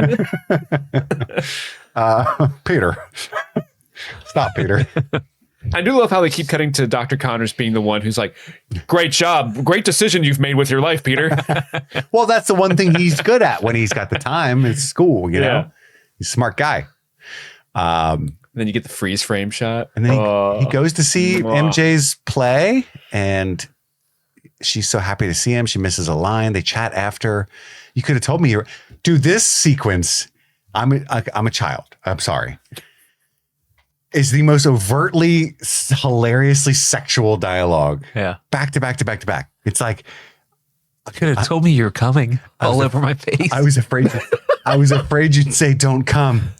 And then, you know, she's like, Peter, I'm getting married. Stop rizzing me. You're too late. So you can't get off if you don't get on, Peter. I'm not an empty seat anymore. You want to go get some chow mein? You can't just sit on my face. Punch me, I bleed. And I don't know. It was a whole lot, you know? Like, you could tell me you were coming. I was afraid you say don't come. You can't get off if you don't get on. And I was like, listen, I know that I'm a child, but this is wild. This is wild. I would not have been able to be so on the hard set right this now. day. I would not have been able to be on set this day. But it's also so inappropriate. Like, you know, he knows she's in a very serious relationship and he's just swinging in all selfishly like, I quit being Spider-Man. We can date now. We can date now. I have time for you. Yeah, girl. I now have time for you. Which makes the next scene later where he's like, oh, I was trying a thing. I really don't have time for you. My bad. So cringy to me. Yeah. And if she had any self-respect, just she would never talk to him. Yep. I always imagine you getting married on a hilltop. Why are you imagining that for me, guy? I'm getting married in a church. Okay? And it's a good day for a white wedding. Come on. Nice day. It's weird though, because like when she gets in the cab, because she says you have changed, he's like so happy with how that went, even though from my estimation it didn't crushed go it. well. And he has to put his glasses on to see her go. Yeah. Which I thought was a nice touch. I just gotta read her some poetry and I'm in. This is when the guy brings in the Spidey suit that he found in the garbage to J. Jonah. All right, $100 and a bar of soap. Which again, that thing's got to be worth $100,000. I'll give you $50. Dude, I love how they set up the caviar bit in this scene. Yeah. Because they're fighting about the caviar. And then when he shows up, like, if that's the head of an extraterrestrial, you're the third one this week. Like, oh, he's so funny. Spider-Man no more. That's his headline that he goes with. And Robbie's sad. This is where Peter sees the dude being mugged and beaten. And he's like, I missed the part where that's my problem. I love how you can hear the guy in the background. Help! Yeah. You specifically! Anyone. Guy walking away. turn PP, around. come here. Is that you, PP? And then May goes to visit Ben Parker's grave with Peter. And May's like, it was all my doing. He was a sweet man, nonviolent. Last day on the job. He wanted to take you to the library and I let him. It's my fault. That's right. So goofy. And so that's when she's like, you know, if only I had stopped him. And Peter, he can't take this anymore. I'm responsible. She's like, oh no, Peter. He's like, no, seriously, let's check this out. It's like, There was this guy Bonesaw. it's like so literally my fault. See, I got bit by this spider. I could have thrown him into outer space, but I thought it was funny. He was killed that night for being the only one who did the right thing. She pulls her hand away. Oh, I know, she just storms off. and then she I like to walks think upstairs. I like to Blam. think that she was more mad that he didn't tell her that he was the one that beat Bonesaw McGraw, and she'd been watching those shows for years. I've been waiting for someone to dethrone him. I had $500 on Bonesaw that night. That's why I'm losing the house here. Exactly. Our whole retirement fund was bet on Bonesaw McGraw. He had you for 3 minutes. It was a sure thing. The bookie said it was a sure bet. Bonesaw was our third. You're going nowhere. Ben. I got you for 3. Actually, make that 2 minutes. It's April 2026, and before we web swing out of today's episode, we want to take a moment to thank everyone who supports the show on Patreon. No matter the tier, every bit of support helps keep this thing going and allows us to keep bringing you the content we love. With great support comes great content. But we especially want to give a shout out to our super patrons, the incredible supporters who were bitten by a radioactive spider. Sorry, I mean our incredible supporters who contribute $25 or more each month. Your generosity truly goes above and beyond, and you're a huge reason why we get to keep climbing to new heights and stopping crime. So let's give a special thank you to Aaron Armstrong, A.K. Ashley Ray, Albus Stinkpot, Alexis Adler, Anthony Corona, Boffpum, Brett X, Brianna Williams, Kaylee Sampson, Cami Shu, Charlie Friday, D, Daniel, Darcy Way, Dr. Rock Art, Elbander, Emmy, Erica Lee Barclay, Easkramo, Hat Sheps at the Fair, I hope I said that right, Haley B, Hold On BRB, Hootie Hoo, Jay Rich, Jeanette Murphy, Jer, Jim E, Joe True, Joe Velez, John Collins, Josh Stitch, Jay Scramo, Just Liz Calabria, Jadinklage Morgoon, Khalees Reeves, Lady Trashley, Lil Tickler, Mandy Joe, Marilyn, Maddlestat, Mitchell, Narvel Toughnuts, Nice Guy Eddie, Paula Garcia, Peaches, Rabbit Dog in a Barbie Car, Rebellious Angel, Sean Myers, Sun-Loving Mortal, Suzanne Rode, Susie Callahan, Svento7, Tulloon, Trisha Bueller, Upside Down Canuck, Xander Barbarian, Casey McCain, and Enza. Thank you all so much for your support of the show, and let's get back to this week's episode. Doc Ock is still hard at work building his contraption. I love that Bernard the butler is so cunty to Harry. Yeah. Your father was only obsessed over his work. Also, he had a way bigger dick. He also paid me more money. All right, Bernard. Fuck off. Just saying. You forgot to flush the toilet. Poop stinks. I do that, Bernard, because that's your job. I pay you for my flushes. I like we get the Jurassic Park rumbles. Yeah. And then like the punch zooms on Harry's face too. Yeah, it's awesome. And Ock doesn't spill a drop of that Maker's Mark, which again is still Maker's Mark. That family just fucking loves makers. The Osborns are stocked on the Maker's Mark. They put the wax on the bottle. I need more tritium. You should check out the bloopers for this because it's a ton of the puppeteers trying to puppet that drink, and they keep like going high. Spilling apple juice on his head. There's one where like it goes way too high, and so he puts his hand up to like put it back down, and then he just effortlessly goes, "I'm driving." He's so funny. And so Harry's like, "Let's make a deal. You kill Spider-Man. No, bring him to my house, and I'll give you all the tritium you need." The steel's getting worse all the time. Mm-hmm. Peter Parker knows where he is. And then after he leaves, he's like, "Oh yeah, don't hurt Peter." Oh shit, I should have said that. Oh, I'm going to miss Peter. Crime is up 75% without Spider-Man. Okay, we need to look into the NYPD a little bit. Are they doing anything? No, not at all. Jesus Christ. That headline always makes me bust out laughing. So funny. Cops working again, very upset. I had a good thing going and then he had to quit. Hey! Now I got to do work. Come on. He goes into this burning building with no suit, just Peter, no powers really, because the hero's inside all the time, you know? There is a kid on the second floor. Cutest kid. He can't even bust the door down. It hurts his shoulder. Mm-hmm. That kid's adorable. The kid pulls him up. She's like 4. Come on, pussy. We got to get out of here. I'm not going to have your death on my conscience. No man left behind. I got my whole life ahead of me. I don't want that weighing down on me. She got a cigarette in her mouth. Let's go. I set the fire. Then someone else died on the 4th floor, though. And he's like, damn, if I was Spider-Man, I would have got them both. If only there was some fucking Spider-Man guy that could have swung through and saved the day. But you did good, PP. 50% of the lives were saved here today, thanks to you. I do love the juxtaposition of them going like, some poor soul was trapped on the 4th floor, didn't make it out. And then immediately, am I not supposed to have what I want? I get it, though. He's like, look, man. It's real funny. You know? PP has needs. This is when the landlord's daughter busts in at his lowest low, and she's like, I got cake. And he's like, I've noticed. She's like, no, actual cake. And he's like, oh, really? And then they eat cake together. They have a piece of yellow cake with chocolate frosting? No, it's chocolate cake. Is that what you guys think, though? Like, it doesn't count as chocolate cake? Definitely Unless not. it's not all the way chocolate? The cake needs to be chocolate for it to be chocolate There's cake. only one chocolate thing in that, and it's the icing. The cake is not chocolate. Sure, but the icing's now part of the cake. If I made a vanilla cake and put lemon on top, I wouldn't call it a lemon cake. I don't know, because that would be very lemony tasting. Sure, the icing would be. I don't like icing, so I would be eating around the icing like there's no lemon in this. Fuck you talking about? You ever dip your cake in soup? No. I would try it. Do you like... Don't give him ideas, kid.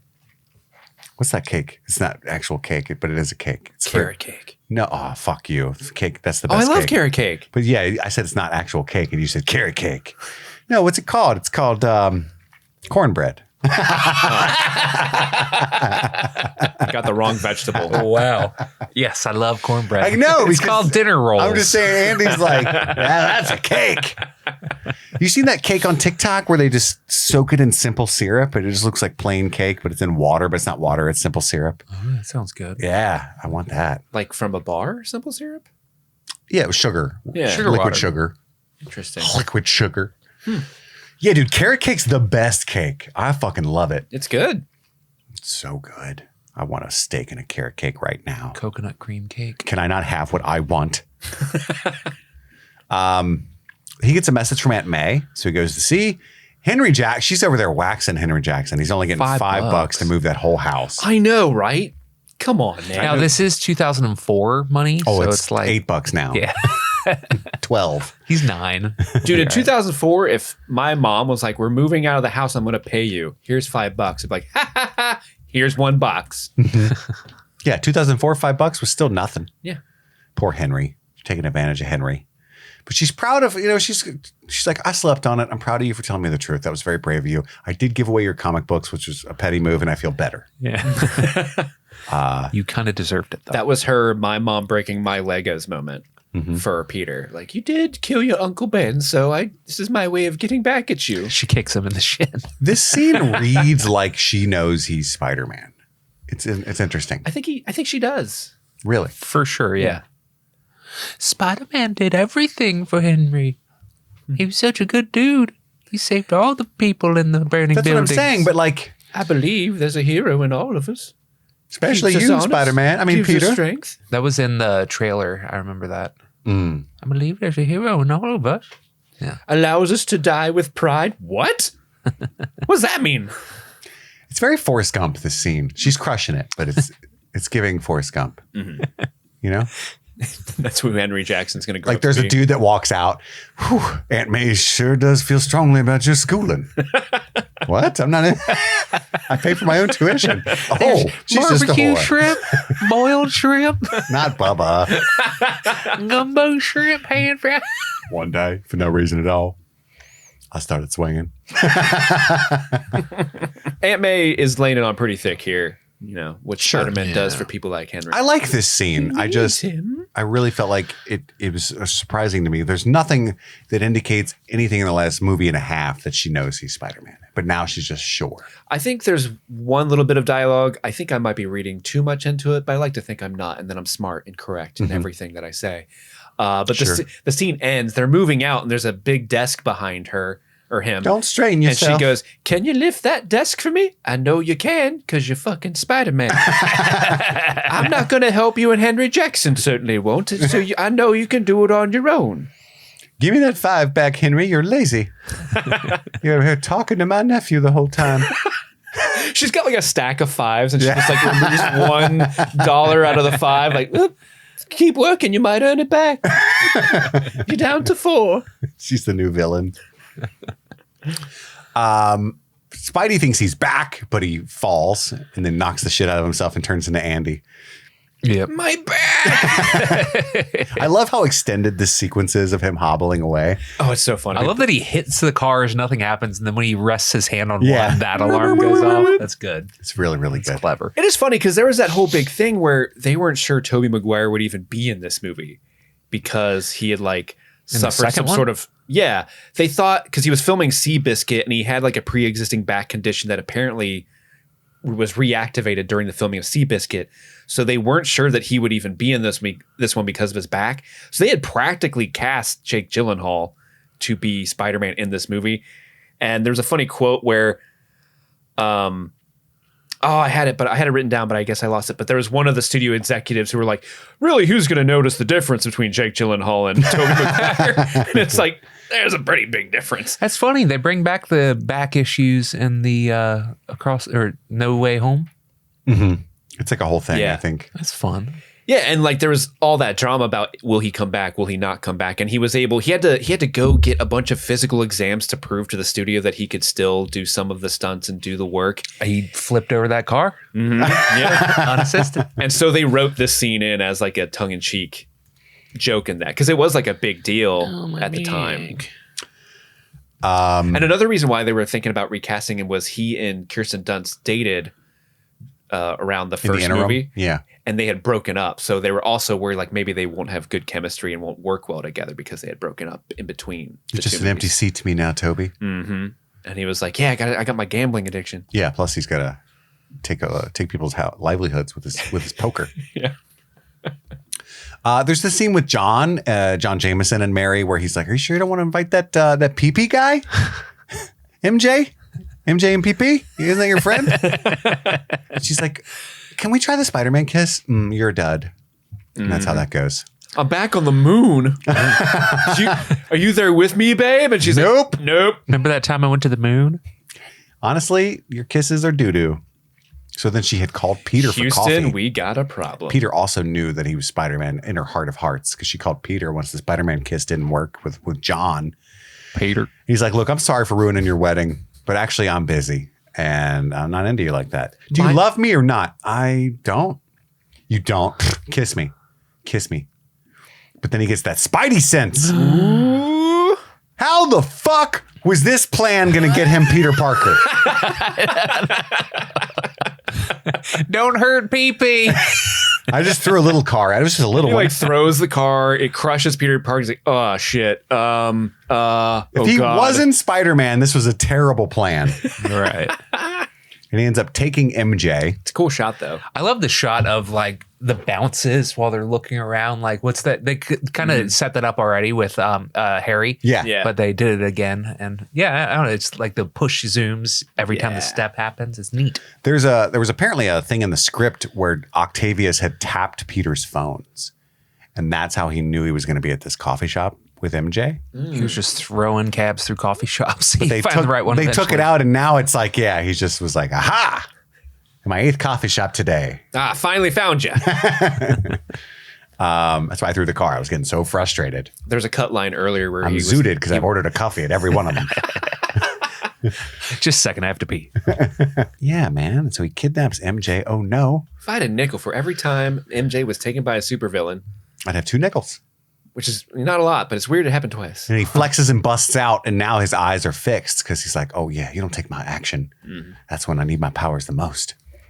And Jameson's like, no word on my son's fiance. Oh, no, I drove Spider-Man away. He was a hero. I just couldn't see it. And then when he steals the suit back, he's a menace. A criminal. I want Spider-Man. That's funny. Then he's swinging around. Apparently, there was an interview with J.K. Simmons where he said during that bit where he's like, he's a thief, a criminal. His fake teeth kept popping out on he's a thief for whatever reason. I guess the gel wasn't adhesing or sticking enough. I like adhesing. Adhesing? Yeah, Is that a word? Just make verbs out of stuff. Fuck it. Yeah, fuck Nobody's it. going to stop you. Adhesing. Who's going to stop me? Spider-Man. Oh, damn it. My feet are adhesed to this floor.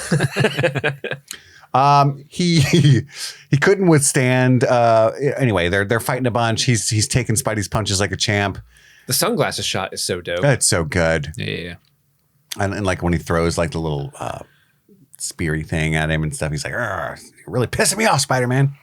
And they fall into the train. The through the bridge trick gets me when he like knocks Spider-Man and he's like, woo, parkour. It's so good. But then he's like back because the train's moving. He's like, anyway, it's so cool. Yeah. Ock grabs 2 randos and throws them, and Spidey puts them in webs. Beep, beep. Mm-hmm. That's probably awkward though later when they're like, I'm Can be stuck hello? for a while. Yeah, those people are stuck for a good like 45 minutes to an hour, just like, anyone, please. I feel like Frodo in the 3rd movie. Oh, Shelob. It's a sick Shelob reference. Anybody? Hello? She could do it. What if a giant spider just came up and killed him? And Spidey-Man. Help me. He was like, no way. That's my bad. Octavius eventually speeds up the train. Dope ass villain line. You have a train to catch. yeah. And then like his mask burns off. There's that one, the train conductor is such a catty old man because he Any tries to more stop ideas? it. Got any more bright ideas? Like, I don't know, old man. How about you just die and I'll swing out of here? So he tries the feet don't work. The webs don't work. So he does more webs. And the train starts. He's like the Captain America with the helicopter move. His biceps are ripping through his suit. Yeah, dude. It's such a flex, quite literally. Mm-hmm. And he's like, when you're like squatting too much weight and you pass out, he does that move. But they catch him because he does stop the train. I love that shot where all the hands are like going over his chest. Copping a feel. Yeah. And they there's that one that's like pinch. And they pass him back overhead like a martyr. He's just a kid. He's Tobey Maguire. He's no older than my son, and he's 42. We won't tell nobody. I like this scene. You guys said it was a little much, but I don't think it's still a little much yet. Oh, I love the scene. I think the little kids are the ones adorable. that are just like, they're kids. We though. found something. It's just like a booger. Cool. we found something. Ball tag. 6, 7. I like how we won't tell nobody. It would have been funny if he was like, good, because I'd have to kill you. POV, we won't tell nobody. Just to make sure. Who's next? Then Ox shows up and you got to get through me. Very well. Yeah, just parts the sea of Like people. Moses. The spider's mine. Yeah, and he knocks him out. This is like every fucking movie the supervillains manage to knock him out and choose not to kill him. That's what I'm saying. Yeah. He's not super effective without the power of the city. Squish his head. Harry, well, he's supposed to bring him alive to Harry. Harry said for the tritium. Harry's brooding and drinking. He shows up with Spider-Man. He's got a big old ball of tritium and more Maker's Mark and a knife. He pulls the knife and the real Pete. Pee-pee? Pete wakes up immediately. Let me look into flexes your and busts eyes out. before you die. Pete, My friend. where's MJ? The tritium. He's making the machine again. You killed my father. Harry, there's bigger stuff here than me and you. Okay, yes. However, Look, I know Norman was like, don't tell Harry, but like there's a certain point where like, okay, Harry. do you remember Come that dude that on. was on the glider that disappeared right around the time your father died? It was him. It was him. Which he finds out at the end of this movie and Right. doesn't sway him. He's like, you know what? I'm just going to be a goblin guy. Sunken cost fallacy. Doubling down. I'm pot committed. Yeah, so apparently he does realize there's bigger things. And he's like, you know what? You go stop him. But we're going to talk about this later. I do love the Doc Ock Batman's Harry. It's really funny because he's got the big, heavy legs and he sees him take the tritium and then he looks away, looks back and he's gone. Oh, yeah. Where'd he go? Oh, he's out on the patio? He's just slightly to the right of Hiding. the camera. Hi. I need a shot of that Maker's Mark. It's delicious. Looks at the camera. Oh, hell yeah. They put wax on the bottle. You know what pairs well with Maker's Mark? Dr. Pepper. I did used to mix Dr. Pepper and Sailor Jerry rum. Yeah. Shit's fire. That sounds good. It's so gas. Combo. We call it the sophomore in high school special. First time I ever went to jail, Sailor Jerry. Arr. I got caught crawling in the middle of the road, the highway, at 2:00 in the afternoon. Why were you crawling in the middle of the highway? Apparently, I couldn't walk. I don't remember that at all. And you're just like, I got to see why the chicken crosses these. The full story is that I was with a girl that I was not dating, but we were hooking up sometimes, and she had a really hot friend, and I thought we were going to have a threesome because we were all dancing and stuff, and things were getting hot and heavy, and we were doing so many shots. And it's like when you're a kid, basically, and you're drinking, you're not drinking correctly. So I'd had probably like 14 shots in like 2 hours. And so like 10 of them hadn't kicked in yet. And I was like crushing it. Could have sex later. But then the ladies started getting like too drunk. You know what I mean? And I was like, oh no, like, dang it. It's like, you need some pretzels. I remember this part vividly. Pretzels. You need pretzels. It's like, I don't have any pretzels. And I was like, I'm going to get pretzels. So I started walking to the gas station that was like a half a mile away. Oh my God. And at some point, I blacked out. I woke up in jail and don't remember because they had found my fake ID in my wallet. Like, so that you can see on the citation that was crumpled up on the jail floor. I'm in the drunk tank. I go over and everyone in there's like 16 dudes in one toilet. They look at me with intense loathing because apparently I had been just really annoying and raising all kinds of hell for a long time. So like I wake up and I'm like, huh? I've never been in jail before. And they're like, except for like juvie for a couple of days. Where am I? And they're like, this fucking guy. I was like, why am I in here? And they're like, it's over there, man. You crumpled it up and threw it at the cops and said, let me out, let me out. You started doing a bunch of push-ups, proving you were sober. Could a drunk man do this? Exactly. It's so fucking great. I was like, really? Look at this perfect form. It's like, oh, Knees on the ground. You've been fucking going on and on for so long. So I pick up the citation and it says like Frankie Dillon and then it's or whatever. And then that's crossed out in my actual name from when they found the second real ID. Oh my God. And then it's like, was crawling through front yards and into traffic that, you know, and I'm like, oh, wow. Cause you know where we're from. Taylor Mill Road, just like, Oh yeah. It's not a pretzel. Cause I had made it and got the pretzels and was on my way back. Oh, you actually made it? Yeah, when all the liquor hit, I was like, You got to Mordor and you just didn't have any eagles to bring you back home. that's right, baby. Tough stuff. Anyway, Were your two friends like, where the fuck did you go? I never, I mean, obviously I talked to them again and I ended up dating one of them for a couple years, but yeah, nobody was that concerned. They were just like, oh, he's gone. So what sucked is You were here? when I went to jail, I'd driven my car to their house, obviously to drink.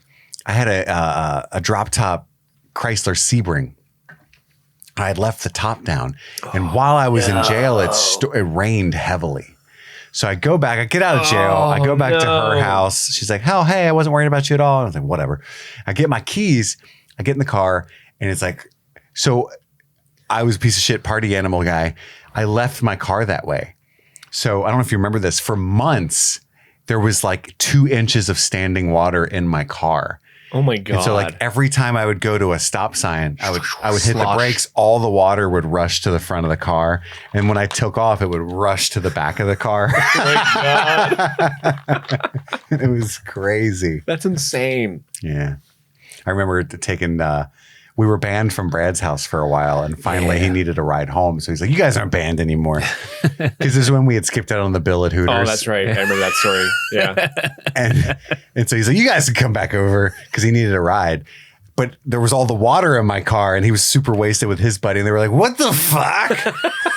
And so That's got to be wild to see while you're inebriated. so they both sat on the doors with their torsos out of the car and their legs like on the seats for the entire drive over to his house. Yeah. We made it. The motion of the ocean. So you need to drill some holes or something. I remember him saying that. I'd never thought of that. I was like, that probably would work. Never got the water out. Can't use a shop vac. You need to drill holes. Right. Well, it's the kind of chassis car of your where car. clearly I don't give a fuck. Right. Like, I'm just leaving the water in there. Why go through the effort?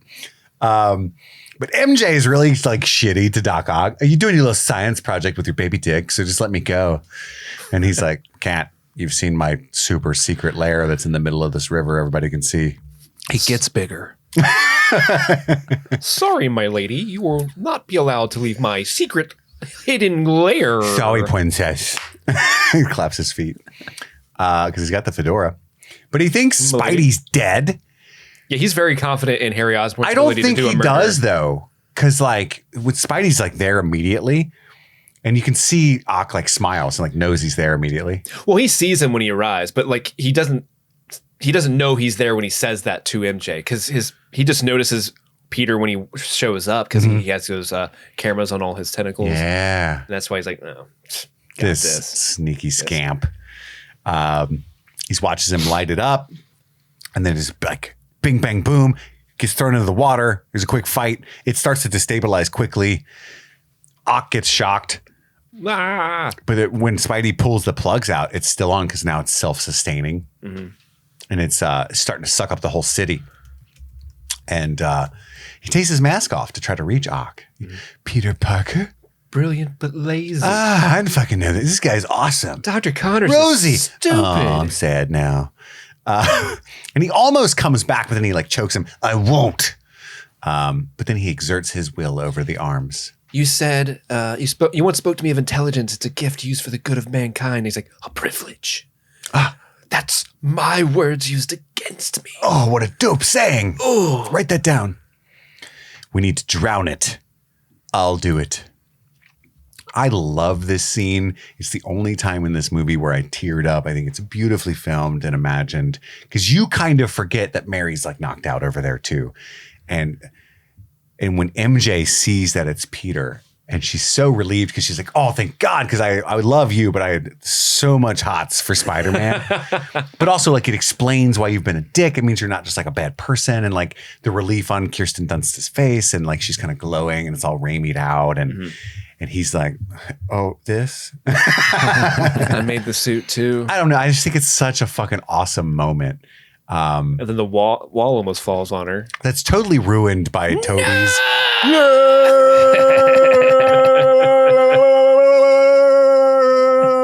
Just save her, Tongue dude. action. Save her, dude. Yeah. It's like such an ugly yell. It's so funny that he does stop the wall and they This have is that, really heavy. that awkward high. This is really heavy. Yeah, I love it.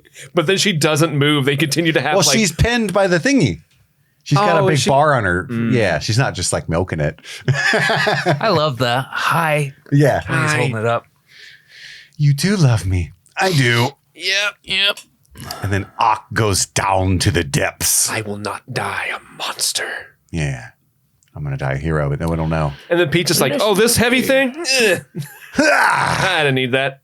I just had to watch. I just have a chick see me do it. I'm stronger. And then Spidey has her in his web. And he like does the whole like Oh, yeah. to her. She's stuck there and stuff. Hey. You and I can never be. Still. I'll always have enemies. And if they find out who you are, I couldn't live with that. And then she slides down to. Does he have that ability to just like peek out a little bit, a couple inches, and then drop her down like that? Because it's like retracting from his wrist. I imagine so. Really? Because he can do that. How else does it come out? Yeah. Drop it all slow. How would he do that? Well, he does that too when he like hangs down. He can drop real slow. Oh, that's true. You know. He's like, here, take this. Yeah. What if she just slipped off of it? Oh, fuck. No, I didn't know he had the upper arm strength. she's just stuck to the web. Like she's like trying to get it off her hands the rest of the day. He's got to have like a release button. Throw some pubes at her. Why do you throw your hair at me? It's itchy. But John the astronaut shows up. He's the first one that's like, oh, my fiance's in danger. And he like leaps into the boat. Yeah. My girl, are That's you a cool okay? jump. He's a good dude, man. He's a good dude. He loves her. And Peter just looks on and then swings away. Peter. Harry's still sitting there with the knife. Then he hears the goblin laughter. Ooh, so many Dutch angles. Mm-hmm. Dutch. He ends up throwing, that's my friend. No! Throws the knife through the mirror, which reveals the goblin stash, all the balls and juice. Well, he was talking to Norman, his dad. Yeah. The reflection of Willem Dafoe. Yeah. Which, funny Brought story, back to film this. he wasn't originally supposed to be in this movie. Willem Dafoe lives in New York. And apparently the story goes is they were filming just something on the street for this movie. And Willem Dafoe was just walking home and walked Something by. of an actor myself. He walked over and was like, what are you guys doing on my block? And they're like, oh, hey, Willem, are you in this? He's like, no, I died in the last one. And they're like, you should be in this one. So they wrote this scene just because he happened to walk by the set on his way home from work. He made a cool 28 grand just from happening to walk by that day. Yeah. Dang. Wow. We cut to MJ at her wedding, except she doesn't show up to the altar. She's a terrible person, Tell Deb not to open the caviar. which is so funny. That's his first thought. We can save some of the money. Oh, that dolly shot where it's dollying into the wedding party. John's there looking sad. And then J. Jonah Jameson just, slides in the frame. It's so funny. Yeah. And then she's running all happy to Peter, like, fuck them. Both sides of my new family, my old family. Well, I guess her family sucks. Peter, I can't survive without you. Can't you respect me enough to let me make my own decision? And then they make out, hear the sirens. Go get him, Tiger. Classic. But then she looks kind of She sad. calls him Tiger. Yeah, the last shot is sad and it's like got this ominous tone. Yeah, I agree. They pulled a Graduate on us. Yeah. They just let it linger. I actually don't know you that well. Right. Kiss me upside down real quick. I want to see something. I do like the foreboding ending. It's like, ooh, did you guys make the right choice? I It's like actually, this apartment's kind of shitty. that. Who's that girl? Why she got cake? Pete? Oh. Oh, do you like cake? He comes back, they're making out. God damn it. That's the happy ending I want for those two characters. And that's the end of Spider-Man 2. Let's rank them. I know where Steve stands, I think. Andy, I think Right now, I would put 2 above 1. you're a 2 above 1er? Yeah. You're a 2 above 1er. I'm a 2 above 1er. Well, that outvotes me. We're a 2 above 1er podcast. Yeah. Bing, bang, boom. So let's do it. There it is. The official ranking of streaming things so far is that Spider-Man 2 is the best. Spider-Man 1 is right below that. Stay tuned next week for Spider-Man 3. We'll see where that lands. Yeah. Where do you guys rank Doc Ock as a villain? Is he an S tier, A tier, B tier? We got to put him in S. Yeah, Yes. he's an S tier. S as well? That's an S-er. We got 2 S'ers right now. We just love him. We love them all. They're so good. They're so good. Dang. Well, we can't put him below Goblin, but Goblin's so good. Goblin So I is think so we're good. just Yeah. doing the Just right thing 2 so S's. far. Well, you can put multiple people in a tier for sure. Absolutely. Well, yeah. I'm just meaning like it's a little, it devalues the S tier, but we're starting off so strong. I feel like in the next We're couple about to movies, go. we're going to get some ones that aren't necessarily in the S Agreed. tier. Agreed. Maybe not terrible, but not in the S tier for sure. I think that's the biggest problem with most of the other Spider-Man movies is the villains aren't as good. It's not that there's anything wrong with the Spider-Mans. I love Andrew Garfield's Spider-Man, and I'm excited to watch that with Andy because I think Amazing Spider-Man is. I have shocking Would you opinions say about that movie. It's amazing. I do. I would. I hope you guys are enjoying the Spider-Man coverage. We've got more to come. Next week is 3. Then I do have one more thing for you. oh, that's right. We've got a little Nina action. Yeah, would you guys want to step into the Spider-Verse, Nina? Sure. Do it. So these are clips. I got 5 of them this week. Clips submitted to us by our amazing mods on Discord. They listened to our previous Spider-Man coverage. We only did the first 2, I Yeah. believe. And I think they're looking at a after hours or something for a coverage of Far From Home. Okay. So we might not have this segment for the next couple movies, but they pulled these clips. So what I'm going to do is I'm going to play them, and we have to decipher the context, what we're talking about from our Spider-Man 2 coverage. Are you guys ready to listen Yes. to clip number 1? Yes. Okay, here we go.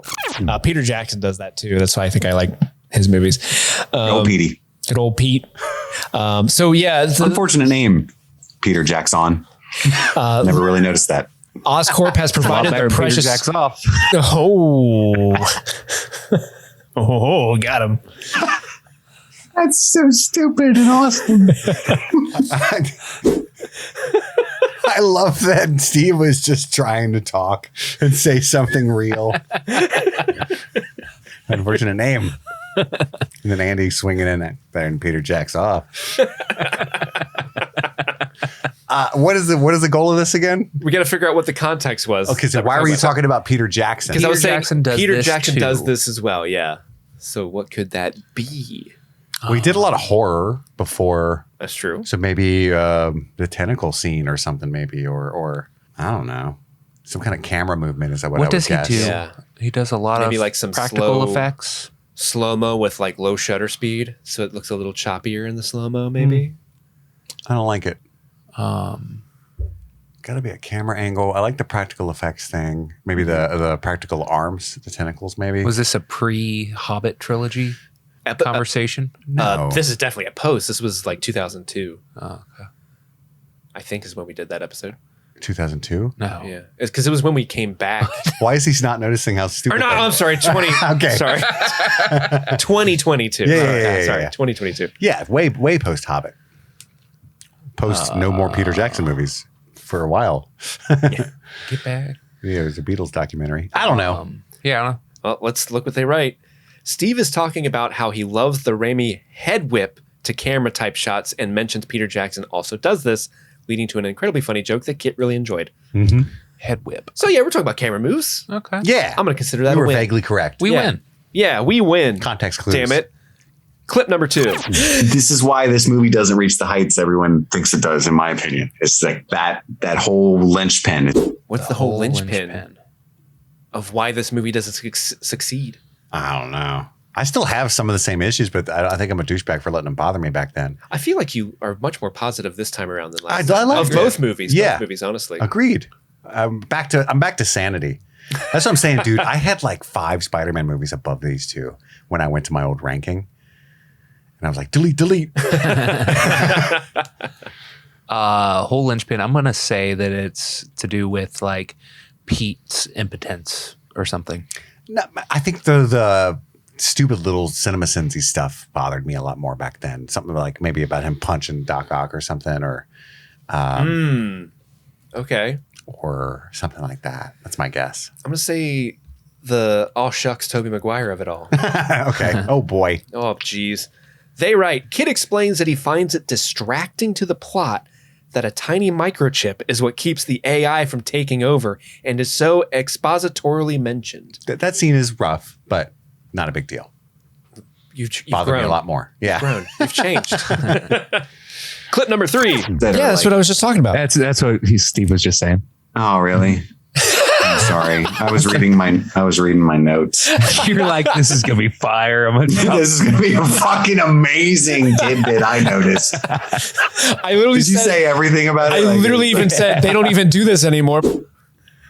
What would Steve have noticed that I thought I noticed first? I was so excited to They say. don't even do this. Don't even do it anymore. The puppets? The tentacle puppets, They maybe? don't do this anymore. Not a lot of puppets anymore. I don't know. Let Tobey Maguire flip over cars? Eat the neighbor's cake. They don't let people do that anymore. Ever since COVID. Hey, dude, I don't. I give up, but I can't wait to find out. All right. They Good write. clips. Kit Lazer spits some straight fire about the art during the opening credits, not realizing he just repeated Steve's comments from 15 seconds prior. Oh, it was that early that I lost Steve? You pulled an Andy, man. Damn, that was the beginning of the episode. I quit listening already. Dang. Well, I mean, to be fair, this was like an hour and 30 into our dual Spider-Man 2 episode. So we were. Oh, we did it as a one-y? Yeah. I think we're supposed to cover all 3 movies in one episode, but we ran so got late. tired. We just stopped after the second one. That's so classic streaming thing.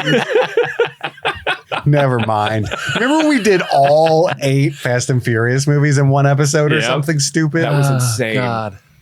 Insane. All right, we're on number 4. Yeah. Clip number 4. She later went on to land a really good commercials deal. She did. Progressive insurance. Ooh. I said it has to- progressive insurance. It has to be Mary Jane. Oh no, we're talking about Flo. The other name tentacle? the name of the tentacle. Oh, good guess, Andy. Andy? Totally. Wow. Holy shit. If it's not that, I'm going to be pissed. They write, Steve talks about how Doc Ock's tentacles were named Larry, Curly, Moe, and Flo. Yep. This inspires Kit to make a joke that the tentacle named Flo went on to be a human named Flo from the Progressive insurance commercials on the television. Nailed it. Up top. Brilliant. Up top. Steve, you want some of this action? I want some of it. I just have to call out, I love that they included the commercials on the television in this description. Yeah. That brings me joy. These are really good clips. Last but not least is clip number 5. Let's see what his dick looks like. I'm just saying, dude. Oh, I People know do what this anything is. for views. This is when he's passed out on the train and he's got his mask off. And Andy's a fucking terrible person. And because the Polyjuice Andy just wants to peek at everybody's dicks when they're down. Why does Andy love dick so much? That's 100% what that definitely is. what it is.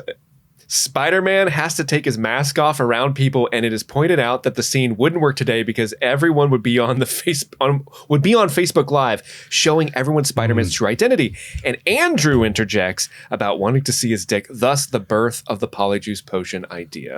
Okay. Dang. Pull a DoorDash girl on him. Oh God. Oh no. Yeah. Well, that concludes the Nina portion of this episode. Thank you so much to our mods on Discord, Casey, Ricker, Enza, and Erica, for pulling those clips for us and submitting them to me. I'm so glad I get to use the Nina. It's been so long. I hope everybody's enjoying this coverage.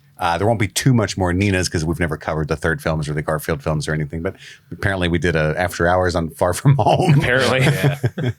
Yeah. So yeah, keep it up if you're enjoying it. If you're not, just do better. It's on you. It's your fault.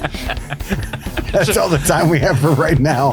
My name is Kit. I'm Andy. And I'm Steve. And this was Streaming Things, streaming Spider-Man 2. Happy streaming. Godspeed, Spider-Man.